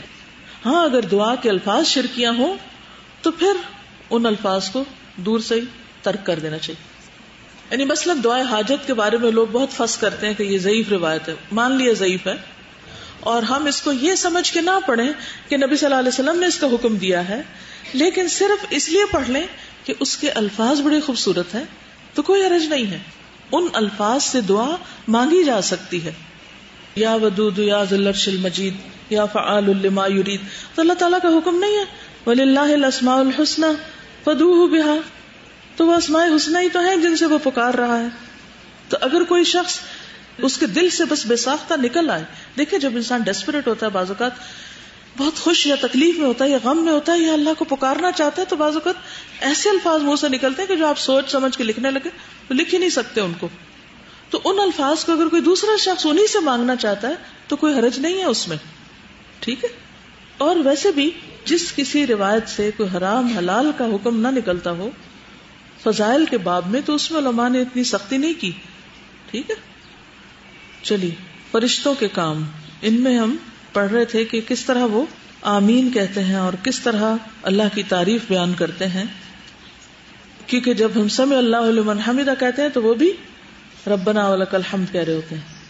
اگر ہمارا بول ان کے ساتھ، یعنی ایک جیسے کورس میں پڑھتے ہیں دو کا اکٹھا، کئی دفعہ آپ کے ساتھ ایسا ہوتا ہوگا نا کہ آپ کسی کے ساتھ بیٹھے ہوئے اور یہ کہ اس نے بھی وہی بات کی جو آپ نے کہی، آپ اس کو کو انسیڈنس کہتے ہیں. ایک ہی وقت میں ایک ہی لفظ یا ایک جملہ نکل رہا ہوتا ہے. تو اسی طرح ایک ہی وقت میں ایک ہی جملہ آپ کے منہ سے بھی نکلا بے ساختہ اللہم ربنا لک الحمد، اور فرشتہ بھی بول رہا ہے، تو آپ کا اور اس کا میچ ہو گیا تو گناہ معاف ہو گئے. پھر سحری کے وقت فرشتوں کا مسجد میں نماز پڑھنا. ایک مرتبہ سحری کے وقت حضرت حابس بن سعد تائی رضی اللہ عنہ مسجد میں داخل ہوئے. انہوں نے نبی صلی اللہ علیہ وسلم کو پایا تھا. وہ فرمانے لگے کہ سحری کے وقت مسجد کے اگلے حصے میں فرشتے نماز پڑھتے، یعنی مسجدوں کو خالی نہیں چھوڑتے. سمپل سی بات. نمازی کی قرات سننا. علی رضی اللہ عنہ نے مسواک کرنے کا حکم دیا اور کہا کہ رسول اللہ صلی اللہ علیہ وسلم نے فرمایا بلا شبہ جب بندہ مسواک کرتا ہے پھر کھڑا ہوتا ہے اور نماز پڑھتا ہے تو اس کے پیچھے فرشتہ کھڑا ہو جاتا ہے اور اس کی قرات سنتا ہے اور اس کے قریب ہو کر کھڑا ہوتا ہے حتیٰ کہ وہ اپنا منہ اس کے منہ پر رکھ دیتا ہے. پھر جو قرآن کا وہ حصہ پڑھتا ہے وہ فرشتے کے اندر چلا جاتا ہے. لہذا تم قرآن کے لیے مسواک سے اپنے منہ کو پاک رکھو. یہ صحیح الترغیب والترہیب کی روایت ہے 215. جو بھی پڑھتا ہے, یہاں عورت مرد کی تو بات ہی نہیں کی کہ بندہ کیا جائے کہ بندہ جب مسواک کرتا ہے, کیونکہ مسواک جو ہے وہ اس سے ویسے بھی نماز کا اجر بڑھ جاتا ہے. اور مسواک کر کے جب آپ قرآن پڑھتے ہیں تو اس کو تھوڑا سا اور اپنے اوپر لے آئیے کہ قرآن کی تلاوت کے وقت خاص طور پر یعنی اس قرآن کو سمیٹ لیتے ہیں, اپنے اندر لے جاتے ہیں, حفاظت کرتے ہیں. پھر نمازی کے لیے دعائیں کرنا. ٹھیک, رسول اللہ صلی اللہ علیہ وسلم نے فرمایا جب کوئی شخص نماز کے بعد اپنی جائے نماز پر بیٹھا رہتا ہے تو فرشتے اس پر صلاۃ پڑھتے رہتے ہیں. اور فرشتوں کی صلاۃ یہ دعا ہے کہ اے اللہ اسے معاف کر دے, اے اللہ اس پر رحم فرما. اسی طرح اگر وہ بیٹھ کر اگلی نماز کا انتظار کرتا رہے تو فرشتے اس پر بھی صلاۃ پڑھتے ہیں اور ان کی صلاۃ یہی دعا ہے کہ اے اللہ اسے معاف فرما دے, اے اللہ اس پر رحم فرما دے. تو بہت سے لوگ تو بس نماز سلام پھیرتے ہی کہتے ہیں بس اٹھ کے بھاگے یہاں سے. تو اس وقت تھوڑی دیر اگر بیٹھ جائیں اور جو بھی تسبیحات پڑھنی ہے, ذکر کرنا, یہ دعا مانگنی ہے, تو اس کا فائدہ پتہ کیا ہوتا ہے کہ ویسے بھی ایک نماز کا جو اثرات ہے نا وہ انسان کے اوپر آتے ہیں. یک جو سوئچ کر جاتے ہیں نا, آپ ادھر سے نماز پڑھی ادھر سے آپ گھوم گئے تو کیا ہوتا ہے, وہ وہیں چھوڑ گئے, جیسے جذب نہیں کیا. کیا سمجھ آئی آپ کو بات؟ فرشتہ تو وہاں دعا کرتا ہی ہے, لیکن اگر اس بات کو ایک طرف بھی رکھا جائے تو بھی نماز کے سلام پھیرتے ہی دوسرا سلام ادھر گردن جاری اور کچھ لوگوں کا پاؤں اٹھا ہوا ہوتا ہے. بچوں کا خاص طور پر آپ نے دیکھا ہوگا, وہ سین مجھے نظر آ رہا ہے, جیسے بچے ایک دم اٹھتے ہیں تو ان کو بٹھانا پڑتا ہے. تو یہ اگر بات آپ ان کو بتائیں گے تو شاید تھوڑی دیر اور بیٹھ جائیں. ایک فیلنگ بھی آتی ہے, ایک سکون کی, ایک اطمینان کی. رسول اللہ صلی اللہ علیہ وسلم نے فرمایا جب جمعہ کا دن آتا ہے تو مسجد کے ہر دروازے پر فرشتے کھڑے ہو جاتے ہیں اور سب سے پہلے آنے والے اور پھر اس کے بعد آنے والوں کو نمبر وار نام لکھتے جاتے ہیں, لسٹ بنتی. پھر جب امام خطبے کے لیے ممبر پر بیٹھ جاتا ہے تو فرشتے اپنے رجسٹر بند کر لیتے ہیں, وہ بھی خطبہ سننے لگتا ہے. پھر لوگوں کے لیے دعائیں کرنا. رسول اللہ صلی اللہ علیہ وسلم نے فرمایا اللہ عز و جل رحمت فرماتے ہیں اور اس کے فرشتے ان لوگوں کے لیے رحمت کی دعا کرتے ہیں جو صفوں کو ملاتے ہیں. ان اللہ عز و جل و ملائکتہ یصلون علی الذین یصلون الصفوف, جو صف کو باہم ملاتے ہیں. کیسے ملاتے ہیں؟ پاؤں کے ساتھ پاؤں ملا ہو, کندھے کے ساتھ کندھا ملا ہو اور اسٹریٹ. بالکل ان کو بھی دعا دیتے ہوں گے کہ یہ کتنے اچھے ہیں کہ انہوں نے صف سیدھی کرنے کے لیے اپنی جگہ چھوڑ دی.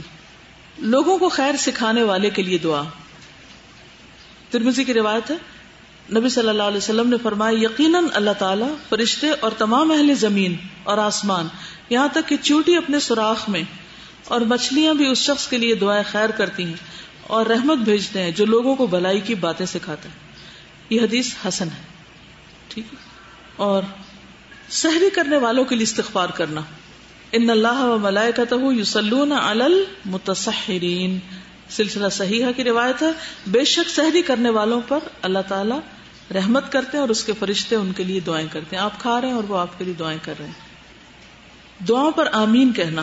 رسول اللہ صلی اللہ علیہ وسلم نے فرمایا اپنے آپ پر خیری کی دعا کیا کرو, بے شک فرشتے تمہاری بات پر آمین کہتے ہیں.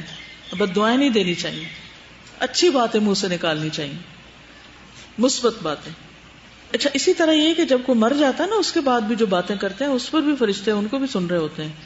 نبی صلی اللہ علیہ وسلم نے فرمایا بے شک بعض لوگ مسجد نشین ہوتے ہیں, ان کا دل مسجد میں لگتا ہے, کہ فرشتے ان کے ہم نشین ہوتے ہیں, یعنی باقاعدگی سے پابندی سے مسجد جاتے ہیں اور مسجد میں بیٹھتے ہیں جا کے. اگر وہ غائب ہو جائیں تو وہ انہیں تلاش کرتے ہیں کہ وہ آج کدھر ہیں. اگر بیمار پڑ جائیں تو ان کی تیمارداری کرتے ہیں. اگر انہیں کوئی ضرورت ہو تو ان کی مدد کرتے ہیں. اب اس سے فرشتوں کو پکارنا نہ شروع کر دیں کہ آئے ہماری مدد کریں. مدد اللہ سے مانگے اور وہ بھیج دے گا. فرشتوں کو بھیجنا ہے یا انسانوں کو بھیجنا ہے. جس سے چاہے مدد کرے.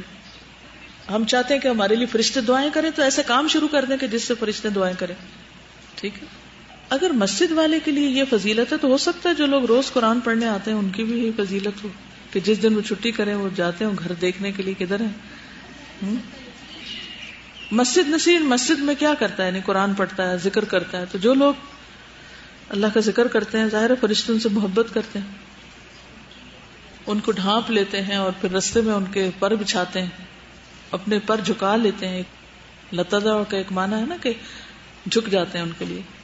اچھا، کچھ فرشتے لوگوں کا جائزہ لیتے رہتے ہیں. رسول اللہ صلی اللہ علیہ وسلم نے فرمایا اللہ کے کچھ فرشتے ایسے ہیں جو زمین پر باری باری آتے ہیں. ان میں سے کچھ فرشتے رات کے اور کچھ دن کے ہیں.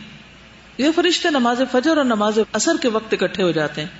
پھر جو فرشتے تمہارے درمیان رہ چکے ہوتے ہیں وہ آسمانوں پہ چڑھ جاتے ہیں. اللہ تعالیٰ باوجود یہ کہ ہر چیز جانتا ہے ان سے پوچھتا ہے تم نے میرے بندوں کو کس حال میں چھوڑا، کیا کر رہے تھے میرے بندے. وہ کہتے ہیں جس وقت ہم ان سے جدا ہوئے تب بھی وہ نماز پڑھ رہے تھے اور جب ان کے پاس گئے تب بھی وہ نماز پڑھ رہے تھے. تو یہ ان کے حق میں گواہی ہوتی. کتنا اہتمام کی ضرورت ہے. قضا کر کر کے نہ پڑھیں، اول وقت میں پڑھیں. ایسا نہ ہو کہ وہ چلے جائیں اور آپ بعد میں پڑھ رہے ہیں سورج غروب ہونے کے قریب، جو منافق کی نماز ہوتی ہے ٹکرے مارنے والی. پھر فرشتے لوگوں کو آزماتے بھی ہیں. ابو ہریرہ نے بیان کیا کہ انہوں نے رسول اللہ صلی اللہ علیہ وسلم سے سنا، آپ نے فرمایا کہ بنی اسرائیل میں 3 لوگ تھے. کون کون سے؟ ایک کوڑی، دوسرا اندھا، تیسرا گنجا. اللہ تعالیٰ نے چاہا ان کا امتحان لے، چنانچہ اللہ تعالیٰ نے ان کے پاس ایک فرشتہ بھیجا. وہ پہلے کس کے پاس گیا؟ کوڑی کے پاس، پھر اندھے کے پاس، پھر گنجے کے پاس.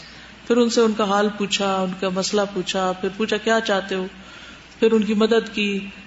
اور پھر اس کے بعد دوبارہ ان کے پاس آیا اور ان سے کہا کہ مجھے اللہ کے نام پر کچھ دو. کیونکہ ایک نے گائے مانگی تھی، ایک نے شاید بکریاں مانگی، ایک نے کیا مانگا تھا؟ اونٹ مانگے. تو وہ ان کو مل گئے. پھر دوبارہ وہی فرشتہ بھیس بدل کے گیا کہ تم اللہ کے نام پر مجھے بھی کچھ دو. تو انہوں نے کہا نہیں، یہ تو ہم نے اپنی محنت سے حاصل کیا ہے، تمہارے لیے کچھ نہیں. صرف اندھے نے اس کو ٹھیک کیا تھا نا اس نے. تو اس نے کہا کہ تو اللہ کا کرم ہے مجھ پر، جتنا چاہو تم اس میں سے لے لو. تو پھر کیا ہوا؟ اس کی نعمت باقی رہی اور باقیوں کی نعمتیں چھن گئی. تو یہ نیور نو کہ اللہ تعالیٰ کس شکل میں کہاں ہمارا امتحان لے رہا ہو، کس کے ذریعے. ہاروت ماروت جو تھے وہ بھی کس لیے آئے تھے؟ امتحان بن کے آئے تھے. ببابل ہاروت و ماروت. پھر اسلحہ پہن کر اللہ کا ذکر کرنے والوں کی حفاظت کرنا. رسول اللہ صلی اللہ علیہ وسلم نے فرمایا جو شخص لا الہ الا اللہ وحدہ لا شریک لہ لہ الملک و لہ الحمد یحیی و یمیت وہو علی کل شیء قدیر مغرب کے بعد 10 مرتبہ پڑھے گا، اللہ تعالیٰ اس کی حفاظت کے لیے اسلحہ بردار فرشتے مقرر کر دیں گے جو اس کی صبح تک شیطان سے حفاظت کریں گے. سنن الترمذی کی روایت ہے. نیک مقصد کے لیے گھر سے نکلنے والوں کے ساتھ رہنا. نبی صلی اللہ علیہ وسلم نے فرمایا جب بھی کوئی شخص اپنے گھر سے نکلتا ہے تو اس کے دروازے پر 2 جھنڈے ہوتے ہیں. جھنڈے والی کار میں ایک جھنڈا فرشتے کے ہاتھ میں ہوتا ہے اور دوسرا شیطان کے ہاتھ میں ہوتا ہے. اگر وہ اللہ کی رضا والے کام کے لیے نکلتا ہے فرشتہ اپنا جھنڈا لے کر اس کے پیچھے پیچھے روانہ ہو جاتا ہے اور وہ گھر لوٹنے تک فرشتے کے جھنڈے تلے ہوتا ہے. اور اگر وہ اللہ کی ناراضگی والے کام کے لیے نکلتا ہے شیطان اپنا جھنڈا لے کر اس کے پیچھے چل پڑتا ہے اور وہ گھر واپس آنے تک شیطان کے جھنڈے کے نیچے رہتا ہے، یعنی اسی کے حکم مانتا رہتا ہے. تو جب بھی گھر سے نکلے ضرور سوچ کے نکلے کدھر جا رہی ہوں، کس کام جا رہی ہوں، اچھے کام جا رہی ہوں، برے کام کرنے جا رہی ہوں. پھر ذکر کی مجلسوں کو ڈھونڈتے ہیں یہ فرشتے. کچھ فرشتے سیارہ ملائکہ جو ہیں اور وہاں کے لوگوں کا جائزہ لیتے رہتے ہیں کہ کون کون آیا ہوا ہے. مسجد میں شروع میں آنے والوں کی بھی اٹینڈنس ہوتی اور ذکر کی مجلسوں میں شریک ہونے والوں کا بھی جائزہ لیتے ہیں. وہ لمبی حدیث ہے نا جو بخاری میں ہی آتی ہے. رسول اللہ صلی اللہ علیہ وسلم نے فرمایا کہ اللہ کے کچھ فرشتے ہیں جو راستوں میں پھرتے رہتے ہیں اور اللہ کا ذکر کرنے والوں کی تلاش میں رہتے ہیں. پھر جہاں وہ کچھ ایسے لوگوں کو پا لیتے ہیں جو اللہ کا ذکر کر رہے ہوتے ہیں تو وہ ایک دوسرے کو آواز دیتے ہیں آؤ ہمارا مطلب حاصل ہو گیا. پھر وہ پہلے آسمان تک اپنے پروں سے ان پر امڑتے رہتے ہیں، اوپر تک جھنڈ. پھر مجلس ختم ہونے پر اپنے رب کی طرف چلے جاتے ہیں. ان کا رب ان سے پوچھتا ہے، حالانکہ وہ بندوں کے متعلق خوب جانتا ہے، میرے بندے کیا کہتے تھے. وہ جواب دیتے ہیں تیری تسبیح پڑھتے تھے، تیری کبریائی بیان کرتے تھے، تیری حمد کرتے تھے، تیری بڑائی بیان کرتے تھے. وہ پوچھتا ہے کیا انہوں نے مجھے دیکھا؟ وہ جواب دیتے ہیں نہیں، اللہ کی قسم انہوں نے تجھے نہیں دیکھا. اس پر اللہ تعالیٰ فرماتے ہیں پھر ان کا اس وقت کیا حال ہوتا جب وہ مجھے دیکھے ہوئے ہوتے، پھر کیسی تسبیح کرتے. وہ جواب دیتے ہیں اگر وہ تیرا دیدار کر لیتے تو تیری عبادت اور بھی زیادہ کرنے والے ہوتے، تیری بڑائی سب سے زیادہ بیان کرتے، تیری تسبیح سب سے زیادہ کرتے. پھر اللہ تعالیٰ دریافت کرتا ہے وہ مجھ سے کیا مانگتے ہیں. فرشتے کہتے ہیں وہ جنت مانگتے ہیں. اللہ تعالیٰ پوچھتا ہے کیا انہوں نے جنت کو دیکھا ہے؟ فرشتے کہتے ہیں اے رب انہوں نے جنت کو نہیں دیکھا. اللہ تعالیٰ پوچھتے ہیں اگر اس وقت کیا حال ہو اگر وہ جنت کو دیکھ لیں. فرشتے جواب دیتے ہیں اگر انہوں نے جنت کو دیکھا ہوتا تو اس سے بھی زیادہ اس کے خواہش مند ہوتے، یعنی اس کو حاصل کرنے کا شوق اور بڑھ جاتا، سب سے بڑھ کر اس کے طلبگار ہوتے. پھر اللہ تعالیٰ پوچھتا ہے وہ کس چیز سے پناہ مانگتے ہیں. فرشتے جواب دیتے ہیں دوزخ سے. اللہ تعالیٰ پوچھتے ہیں کیا انہوں نے جہنم کو دیکھا؟ وہ جواب دیتے ہیں نہیں واللہ انہوں نے جہنم کو نہیں دیکھا. اللہ تعالیٰ فرماتے پھر اگر انہوں نے جہنم کو دیکھا ہوتا تو کیا حال ہوتا؟ وہ جواب دیتے ہیں اگر دیکھا ہوتا تو اس سے بچنے میں سب سے آگے ہوتے اور سب سے زیادہ اس سے خوف کھاتے. اس پر اللہ تعالیٰ فرماتا ہے میں تمہیں گواہ بنا کے کہتا ہوں کہ میں نے ان کی مغفرت کی. نبی صلی اللہ علیہ وسلم نے فرمایا اس پر ان میں سے ایک فرشتے نے کہا کہ ان میں فلاں بھی تھا جو ان ذاکرین میں سے نہیں تھا، وہ ایسے بس بیٹھا رہا وہاں، بلکہ وہ کسی ضرورت سے آ گیا. اللہ تعالیٰ فرماتے ہیں یہ وہ لوگ ہیں جن کی مجلس میں بیٹھنے والا بھی نامراد نہیں رہتا، یعنی کچھ نہ کچھ تو اس نے بھی پایا ہوگا تو اس کو بھی بخش دیا جاتا ہے. پھر تلاوت قرآن کو بہت شوق سے سنتے ہیں، اس لیے اونچی آواز سے تلاوت کیا کریں. اسید بن حذیر کہتے ہیں کہ رات کے وقت وہ سورۃ البقرہ کی تلاوت کر رہے تھے. ان کا گھوڑا ان کے پاس ہی بندھا ہوا تھا. اتنے میں گھوڑا بدکنے لگا تو انہوں نے تلاوت بند کر دی. گھوڑا بھی رک گیا، پھر تلاوت شروع کی، گھوڑا پھر بدکنے لگا. اس مرتبہ بھی انہوں نے تلاوت بند کر دی تو گھوڑا خاموش ہو گیا. تیسری مرتبہ پھر انہوں نے کیا تو پھر گھوڑا بدکا. ان کے بیٹے یحییٰ چونکہ گھوڑے کے قریب ہی تھے اس لیے ڈر ہوا کہ کہیں ان کو کوئی تکلیف نہ پہنچے تو انہوں نے تلاوت بند کر دی اور بچے کو وہاں سے ہٹا دیا. پھر اوپر دیکھا کچھ دکھائی نہ دیا. صبح کے وقت انہوں نے یہ واقعہ نبی صلی اللہ علیہ وسلم سے بیان کیا تو آپ نے فرمایا اے ابن حذیر اگر تم تلاوت بند نہ کرتے پڑھتے رہتے تو بہتر تھا. تو انہوں نے کہا کہ مجھے ڈر لگا کہ گھوڑا کہیں میرے بچے کو نقصان نہ دے، کچل نہ ڈالے، کیونکہ وہ اس سے بہت قریب سویا ہوا تھا. میں نے سر اوپر اٹھایا اور پھر یحییٰ کی طرف گیا. پھر میں نے آسمان کی طرف سر اٹھایا تو ایک چھتری سی نظر آئی جس میں روشن چراغ تھے. پھر جب میں دوبارہ باہر آیا تو میں نے نہیں دیکھا. اچھا اس میں یہ ہے کہ تلاوت جب بند کر دی اور پھر دیکھا تو کچھ نہیں تھا، یعنی جب بیچ کے وقفے تھے نا اس میں نظر آ رہا تھا. اور وہ ایک چھتری سی نظر آئی جس میں چراغ تھے. میں دوبارہ باہر آیا تو نہیں دیکھا. فرمایا تمہیں معلوم بھی ہے وہ کیا تھا؟ اسید نے کہا جی نہیں. فرمایا تلک الملائکہ دنت لصوتک ولو قرأت لاصبحت ينظر الناس الیہا لا تتوارى منهم. یہ فرشتے تھے جو تمہاری آواز سننے کے لیے قریب ہوئے تھے. اگر تم رات بھر پڑھتے رہتے تو صبح تک اور لوگ بھی انہیں دیکھ سکتے، وہ لوگوں سے چھپ نہ سکتے، یعنی اتنا فائدہ ہوتا. لیکن اللہ کی حکمت یہ تھی. پھر باوضو سونے والے کے ساتھ رات گزارنا فرشتے کا اور اس کے لیے دعائیں کرنا. رسول اللہ صلی اللہ علیہ وسلم نے فرمایا جو باوضو رات کو سوتا ہے اس کے بستر میں فرشتہ رات گزارتا ہے. جب بھی وہ رات کی کسی گھڑی میں نیند سے بیدار ہوتا ہے تو فرشتہ کہتا ہے اللہ اپنے فلاں بندے کو معاف کر دے، یعنی اس بندے کو معاف کر دے، اس لیے کہ یہ باوضو سویا ہے. تو ڈر بھی نہیں لگتا، اکیلے بھی ہو تو کوئی خوف نہیں آتا. صبر کرنے والوں کا ساتھ دینا. نعمان بن مقرن کہتے ہیں کہ رسول اللہ صلی اللہ علیہ وسلم کی موجودگی میں ایک آدمی نے دوسرے کے ساتھ تلخ کلامی کی. وہ دوسرا آدمی علیہ السلام ہی کہتا رہا. رسول اللہ صلی اللہ علیہ وسلم نے فرمایا تم دونوں کے درمیان ایک فرشتہ موجود ہے. یہ شخص جب بھی تمہیں برا بھلا کہتا ہے تو وہ تمہارا دفاع کرتا ہے اور اسے جواب دیتا ہے کہ تم ہی ایسے ہو، تم ہی اس کے زیادہ حقدار ہو، یعنی جو تم دوسرے کو کہہ رہے ہو. جب دوسرا شخص علیہ السلام کہتا ہے تو فرشتہ کہتا ہے نہیں بلکہ تم پر سلامتی ہو، تم اس کے زیادہ حقدار ہو. تو پھر جھگڑے کے وقت فرشتے اترتے بھی ہیں.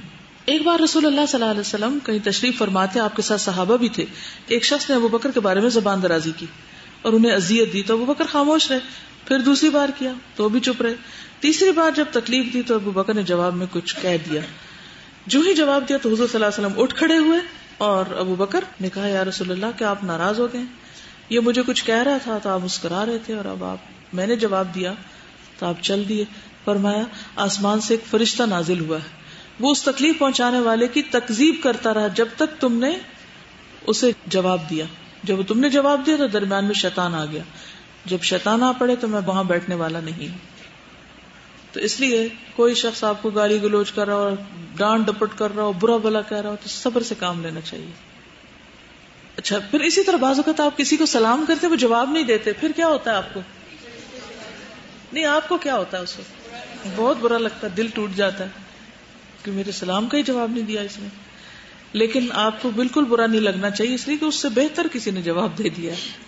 رسول اللہ صلی اللہ علیہ وسلم نے فرمایا کسی مسلمان کے لیے جائز نہیں کہ 3 دن سے زیادہ آپ کسی مسلمان بھائی سے قطع تعلق کرے. اگر ان میں سے کسی نے دوسرے کو سلام کیا لیکن اس نے جواب نہ دیا تو سلام کرنے والے کو فرشتے جواب دیں گے اور رد کرنے والے کو شیطان، یعنی جس نے نہیں دیا اس کے ساتھ شیطان ہے. پھر ایمان والوں کے لیے دعائیں کرتے ہیں. ابھی آپ نے کتاب میں بھی پڑھا کیا دعائیں کرتے ہیں، اور کون سے فرشتے دعائیں کرتے ہیں آپ کو پتا؟ حاملین عرش الذین یحملون العرش ومن حولہ یسبحون بحمد ربہم ویؤمنون بہ ویستغفرون للذین آمنوا ربنا وسعت كل شيء رحمة وعلما فاغفر للذين تابوا واتبعوا سبيلك وقهم عذاب الجحيم ربنا وادخلهم جنات عدن التي وعدتهم ومن صلح من آبائهم وازواجهم وذرياتهم انك انت العزيز الحكيم وقهم السيئات. ساری دعا بہت اچھی، لیکن یہ حصہ جو ہے نا وقهم السيئات، اللہ ان کو آئندہ بھی برائیوں سے بچا لے. وَمَن تَقِ السَّيِّئَاتِ يَوْمَئِذٍ فَقَدْ رَحِمْتَهُ وَذَلِكَ هُوَ الْفَوْزُ الْعَظِيمُ. جو برائیوں سے بچ گیا اس پہ تو نے رحم کر دیا، اور یہی اصل میں سب سے بڑی کامیابی. ایمان والوں کے دوست ہوتے ہیں اور ان کا حوصلہ بڑھاتے ہیں. کوئی آیت یاد ہے؟ ان الذین قالوا ربنا اللہ ثم استقاموا تتنزل علیہم الملائکۃ الا تخافوا ولا تحزنوا وَأَبْشِرُوا بِالْجَنَّةِ الَّتِي كُنْتُمْ تُوعَدُونَ. آپ دیکھیے کہ جب انسان حق پر ہوتا ہے نا تو اس کی کتنی بھی مخالفت ہو تو اس کے اندر ایک دل جمی ہوتی ہے، ایک قرار ہوتا ہے، ایک سکون ہوتا ہے، بے چینی نہیں ہوتی. کبھی آپ نے محسوس کیا؟ کیوں معلوم نہیں آپ اس تجربے سے گزرے ہیں یا نہیں، لیکن بہت دفعہ ایسا ہوتا ہے نا کہ لوگ آپ کو مس انڈرسٹینڈ کر رہے ہوتے ہیں، آپ کو برا بھلا کہہ رہے ہوتے ہیں، آپ کو گالیاں دے رہے ہوتے ہیں یا کچھ بھی کر رہے ہوتے ہیں، تو آپ اس وقت کیا کرتے ہیں؟ اس کا اثر آپ کو خاص نہیں ہوتا، تھوڑا بہت ہوتا ہے. جیسے کوئی آندھی چلے تو تھوڑا بہت گرد و غبار ہوتا ہے، اور ایک سکون اور اطمینان ہوتا ہے دل میں. ایک ایسی کیفیت ہوتی ہے کہ تو کیا ہوا، کیا فرق پڑتا ہے، اللہ ہمارے ساتھ. اور پھر اللہ تعالیٰ اپنے فرشتے بھی ساتھ بھیج دیتے ہیں. پھر اسی طرح رسول اللہ صلی اللہ علیہ وسلم نے فرمایا، اے حسان، اللہ کے رسول کی طرف سے جواب دو، اجب عن رسول اللہ صلی اللہ علیہ وسلم. اور پھر دعا کی، اللہم ایدہ بروح القدس، اے اللہ اس کی روح القدس کے ذریعے نصرت اور مدد فرما. پھر فرشتے ہماری رعایت بھی کرتے ہیں. جو بائیں طرف والا فرشتہ ہوتا ہے نا، جب انسان کو برا کام کرتا ہے تو وہ قلم روک کے رکھتا ہے، شاید توبہ کر لے تو نہ ہی لکھوں. گناہگار مسلمان سے 6 گھڑیاں وہ فرشتہ قلم اٹھائے رکھتا ہے. اب یہ گھڑیاں کتنی ہیں اللہ عالم کہ ان کا کیا ٹائم ہو، یعنی کہ گھڑیوں سے مراد 6 سیکنڈ ہیں، 6 منٹ ہیں، گھنٹے ہیں، کتنا ہے، لیکن وہ نہیں لکھتے، روکے رکھتے ہیں. اگر وہ شرمندہ ہو جائے اس دوران اور توبہ کرنے لگے تو وہ لکھتے ہی نہیں، ورنہ ایک گناہ لکھ لیتے ہیں.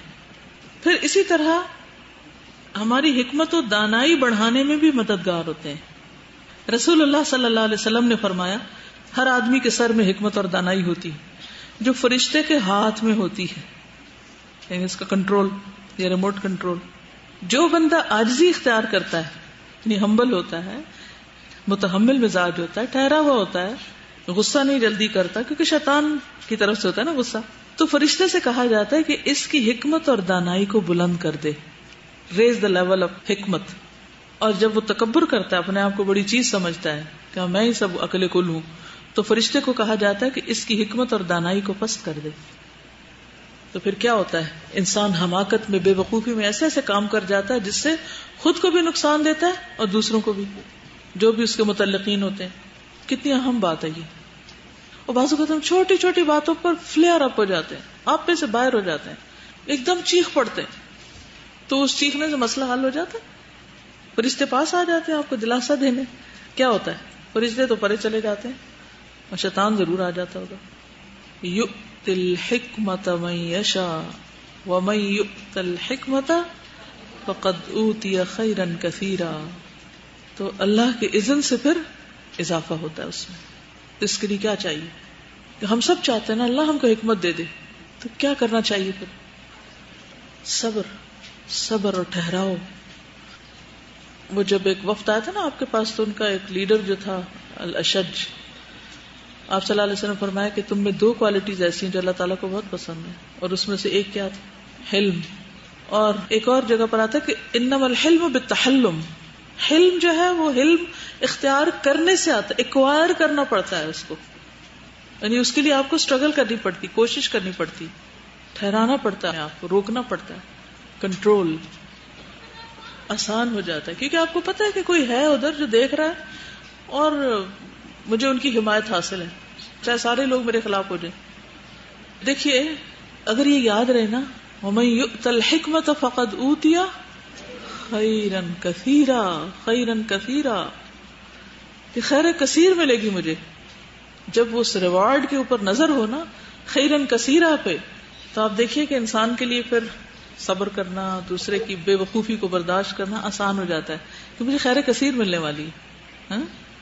اور انسان خیر کثیر سے محروم کب ہو جاتا ہے؟ خیر کثیر ملنے والی ہوتی ہے, لیکن انسان جیسے نبی صلی اللہ علیہ وسلم اپنے گھر سے نکلے کہ لوگوں کو بتائیں کہ لیلۃ القدر کس دن ہے, تو دیکھا کہ 2 لوگ جھگڑ رہے ہیں, تو آپ سے اٹھا لی گئی.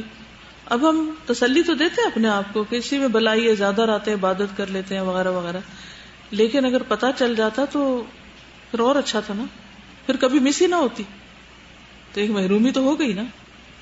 پھر اسی طرح استغفار کرنے پر بھی فرشتہ مامور ہوتا ہے. رسول اللہ صلی اللہ علیہ وسلم نے فرمایا جب کوئی شخص اپنے کسی مسلمان بھائی کی عیادت کرتا ہے تو جنت کے باغات میں چلتا ہے یہاں تک کہ بیٹھ جائے, اس کے بیٹھنے پر اللہ کی رحمت اسے ڈھانپ لیتی ہے.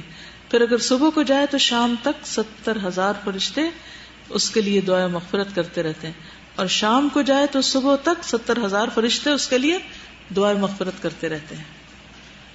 مدینہ کی حفاظت پہ مامور فرشتے. نبی صلی اللہ علیہ وسلم نے فرمایا اس ذات کی قسم جس کے علاوہ کوئی معبود نہیں, مدینہ منورہ کا کوئی تنگ یا کشادہ وادی اور پہاڑ ایسا نہیں جس پر قیامت تک کے لیے تلوار سونتا ہوا فرشتہ مقرر نہ ہو. دجال اس شہر میں داخل ہونے کی طاقت نہیں رکھتا. اس لیے کیفیت ہی بدل جاتی ہے ایسی جگہوں پہ جا کے. اتنی امن کی, یعنی ایسی کیفیت ریلیکسیشن کی ہوتی ہے کہ انسان بتا ہی نہیں سکتا, ورڈز ہیں ہی نہیں اس کو ڈسکرائب کرنے کے لیے. بے فکر, بے خوف, رات کو نکل جائیں, دن کو نکل جائیں. پھر عیسیٰ علیہ السلام کو زمین پہ لانے والے بھی فرشتے ہوں گے.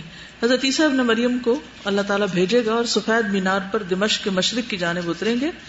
وہ زرد کپڑے پہنے ہوئے زعفران میں جیسے رنگے ہوئے ہوں گے, اور اپنے دونوں ہاتھ فرشتوں کے بازوؤں پر رکھے ہوئے ہوں گے, ان کے سہارے سے اتریں گے. اڑا کے لا رہے ہوں گے شاید, جیسے جہاز ہوتا ہے.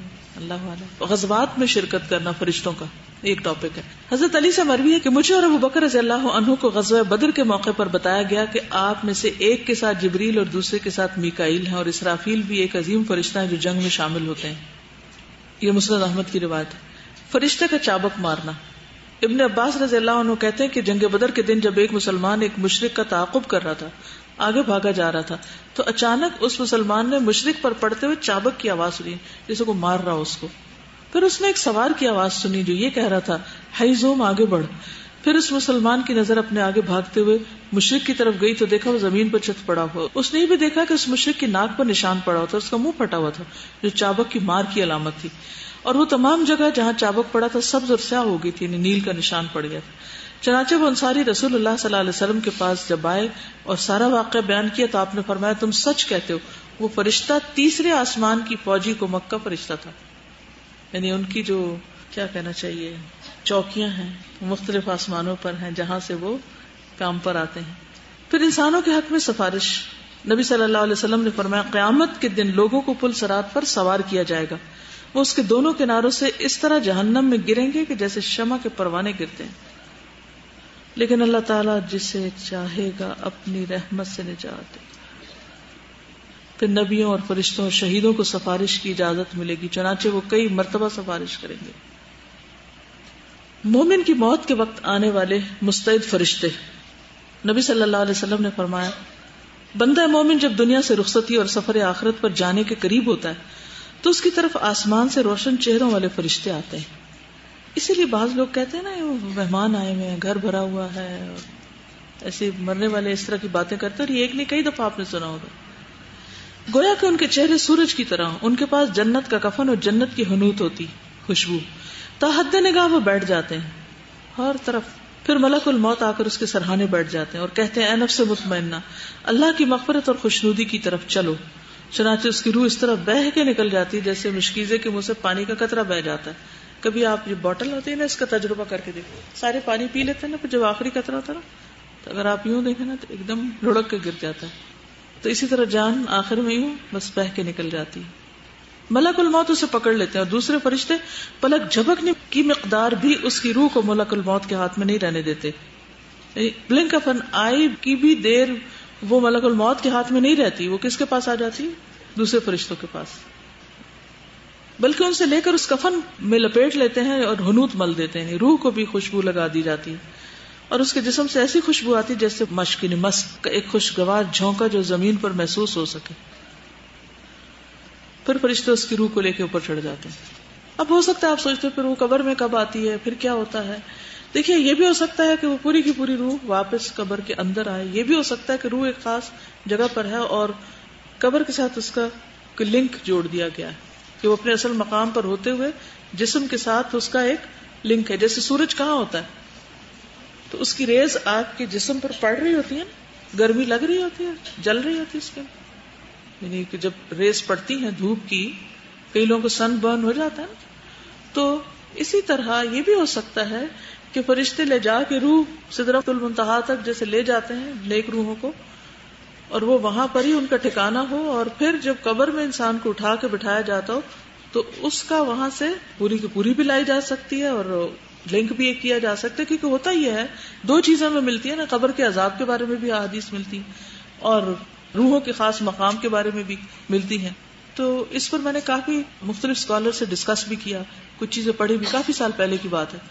تو بہت سی انٹرپریٹیشن میں جو چیز مجھے سمجھ آئی وہ یہی تھی کہ جیسے سورج کی ریز جسم کے اوپر کنیکٹ کرتی ہے تو پورے جسم میں جیسے وہ وٹامن ڈی جیسے پروڈیوس ہو رہا ہوتا ہے یا اور اس طرح کی چیزیں, تو اسی طرح وہ جسم قبر کے اندر ہے اور وہ اس کے اوپر وہ مٹی بن رہا ہے اور اس کے اوپر فرشتہ مار رہا ہے, کچھ بھی کر رہا ہے, لیکن اس کا اور اس کا جہاں روح ہے اس کا آپس میں کنیکشن بھی, اور جب تک وہ کنیکشن ہے جس بھی طرح کا, اللہ عالم کیسا کنیکشن, تو جسم کو بھی تکلیف ہوتی ہے اور روح بھی اچھے برے حال میں جہاں بھی ہے وہ موجود ہوتی ہے. چونکہ غیب سے تعلق رکھتی ہیں چیزیں, اس لیے ان کی کوئی حقیقی انٹرپریٹیشن نہیں کی جا سکتی جب تک کوئی ایسی حدیث وغیرہ نہ مل جائے جو واضح کر دے معاملے کو. پھر کافر کی موت کے وقت بھی فرشتے آتے ہیں.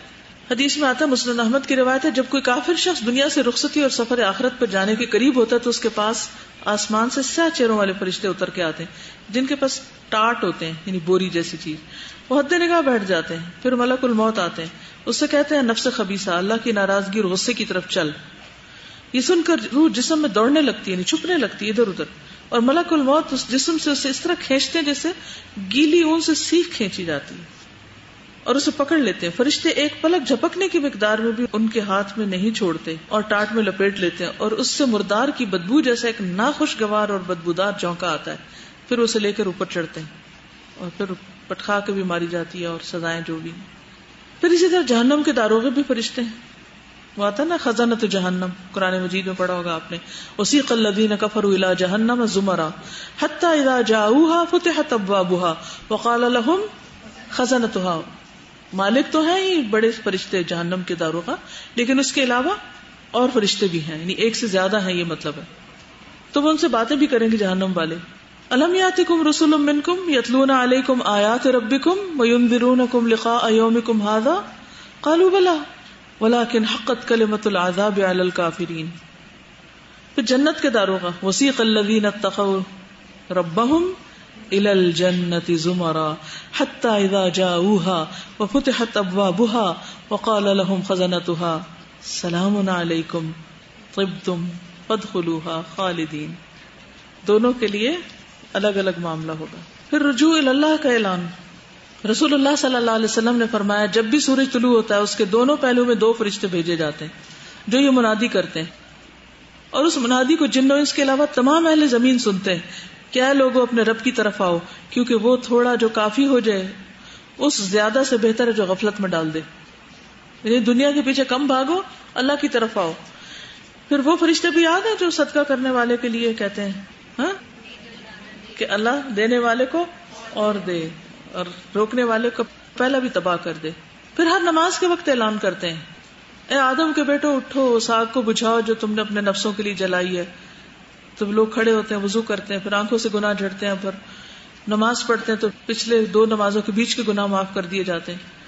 تو یہ پکارنے والا کون ہوتا ہے؟ یہ پکارنے والا بھی فرشتہ ہوتا ہے. پھر ہر نماز کے وقت یہ ہوتے ہیں. اور پھر عشاء کا وقت ہوتا ہے تو اسی طرح ہوتا ہے، جب لوگ سوتے ہیں تو بخشے ہوئے سوتے ہیں. آپ نے فرمایا بعض لوگ بھلائی کی حالت میں رات گزارنے والے اور بعض لوگ شر میں لتھڑ کر، یعنی ان کے لیے فرشتہ نہیں دعائیں کرتے کیونکہ نماز ہی نہیں پڑھی انہوں نے. پھر خیر کی ملاقات کرنے والے کے لیے اعلان. نبی صلی اللہ علیہ وسلم نے فرمایا جو کسی بیمار کی عادت یا دینی بھائی سے ملاقات کرنے جاتا ہے تو آسمان سے ایک فرشتہ اعلان کرتا ہے تم بھی پاک ہو، تمہارا چلنا بھی پاک ہے اور تم نے جنت میں گھر بنا لیا، نیک کام کو نکلے ہو. پھر اسی طرح صدقہ کرنے کا اعلان. رسول اللہ صلی اللہ علیہ وسلم نے فرمایا آسمان کے ایک دروازے پر ایک فرشتہ مقرر ہے جو یہ کہتا ہے کون ہے جو قرض دے اور کل اسے اس کا بدلہ عطا کیا جائے گا، یعنی کہ من یقرض اللہ قرضا حسنا. پھر فرشتوں کی جو صفات آپ نے کچھ پڑھی، کچھ یہ ہے کہ اللہ کی خشیت ہے ان کے اندر، بہت اللہ سے ڈرتے ہیں. رسول اللہ صلی اللہ علیہ وسلم نے فرمایا جب اللہ تعالیٰ آسمان میں کوئی فیصلہ فرماتا ہے تو ملائکہ عاجزی سے اپنے پر مارنے لگتے ہیں، جیسا کہ اللہ تعالیٰ ارشاد فرماتا ہے کسلسلۃ علی صفوان، جیسے کسی صاف چکنے پتھر پر زنجیر مارنے کی آواز ہوتی. پھر وہ پوچھتے ہیں کہ اللہ تعالیٰ نے کیا فرمایا. کچھ تو بے ہوش ہو جاتے ہیں اور مسلسل اسی حالت میں رہتے ہیں اللہ سے ڈر کے کہ جبریل ان کے پاس آتے ہیں تو ان کی گھبراہٹ دور ہوتی ہے. پھر وہ کہتے ہیں جبریل آپ کے رب نے کیا فرمایا؟ تو جبریل کہتے ہیں کہ حق فرمایا. وہ بھی کہتے ہیں کہ حق فرمایا، حق فرمایا، جو حکم دیا بالکل صحیح دیا. اتنے اطاعت گزار ہوتے ہیں. سمجھ آ گئی؟ یعنی کتنا اللہ سے ڈرتے ہیں. ہم بھی اللہ کے حکم سنتے ہیں، ہم کو تو کوئی ڈر ہی نہیں لگتا، ویسے کہ تیسے ہی کوئی تبدیلی نہیں آتی ہم، کیونکہ خشیت نہیں. تو اصل عالم کون ہوتا ہے؟ جس کے اندر اللہ کا ڈر آئے، کیونکہ اللہ کا ڈر انسان کو ہر برائی سے روک لیتا ہے اور خیر اور بھلائی کے دروازے کھل جاتے ہیں.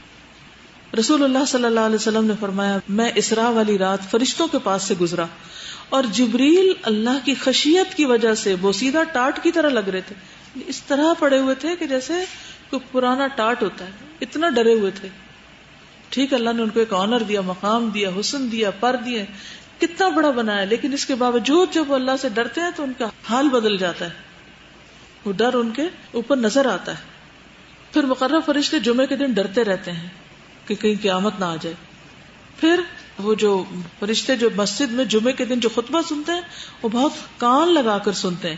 یستمعون الذکر آتا ہے صحیح بخاری میں. پھر اللہ تعالیٰ سے پوچھ کے کام کرتے ہیں. ایک آدمی نے الحمدللہ کثیرہ کہا، اس کلمے کو لکھنا فرشتے پہ بھاری ہوا تو اس نے اللہ تعالیٰ سے پوچھا کہ کس طرح لکھوں؟ تو اللہ تعالیٰ نے فرمایا کہ جس طرح اس نے کہا کثیرہ، کثیرہ لکھ دو.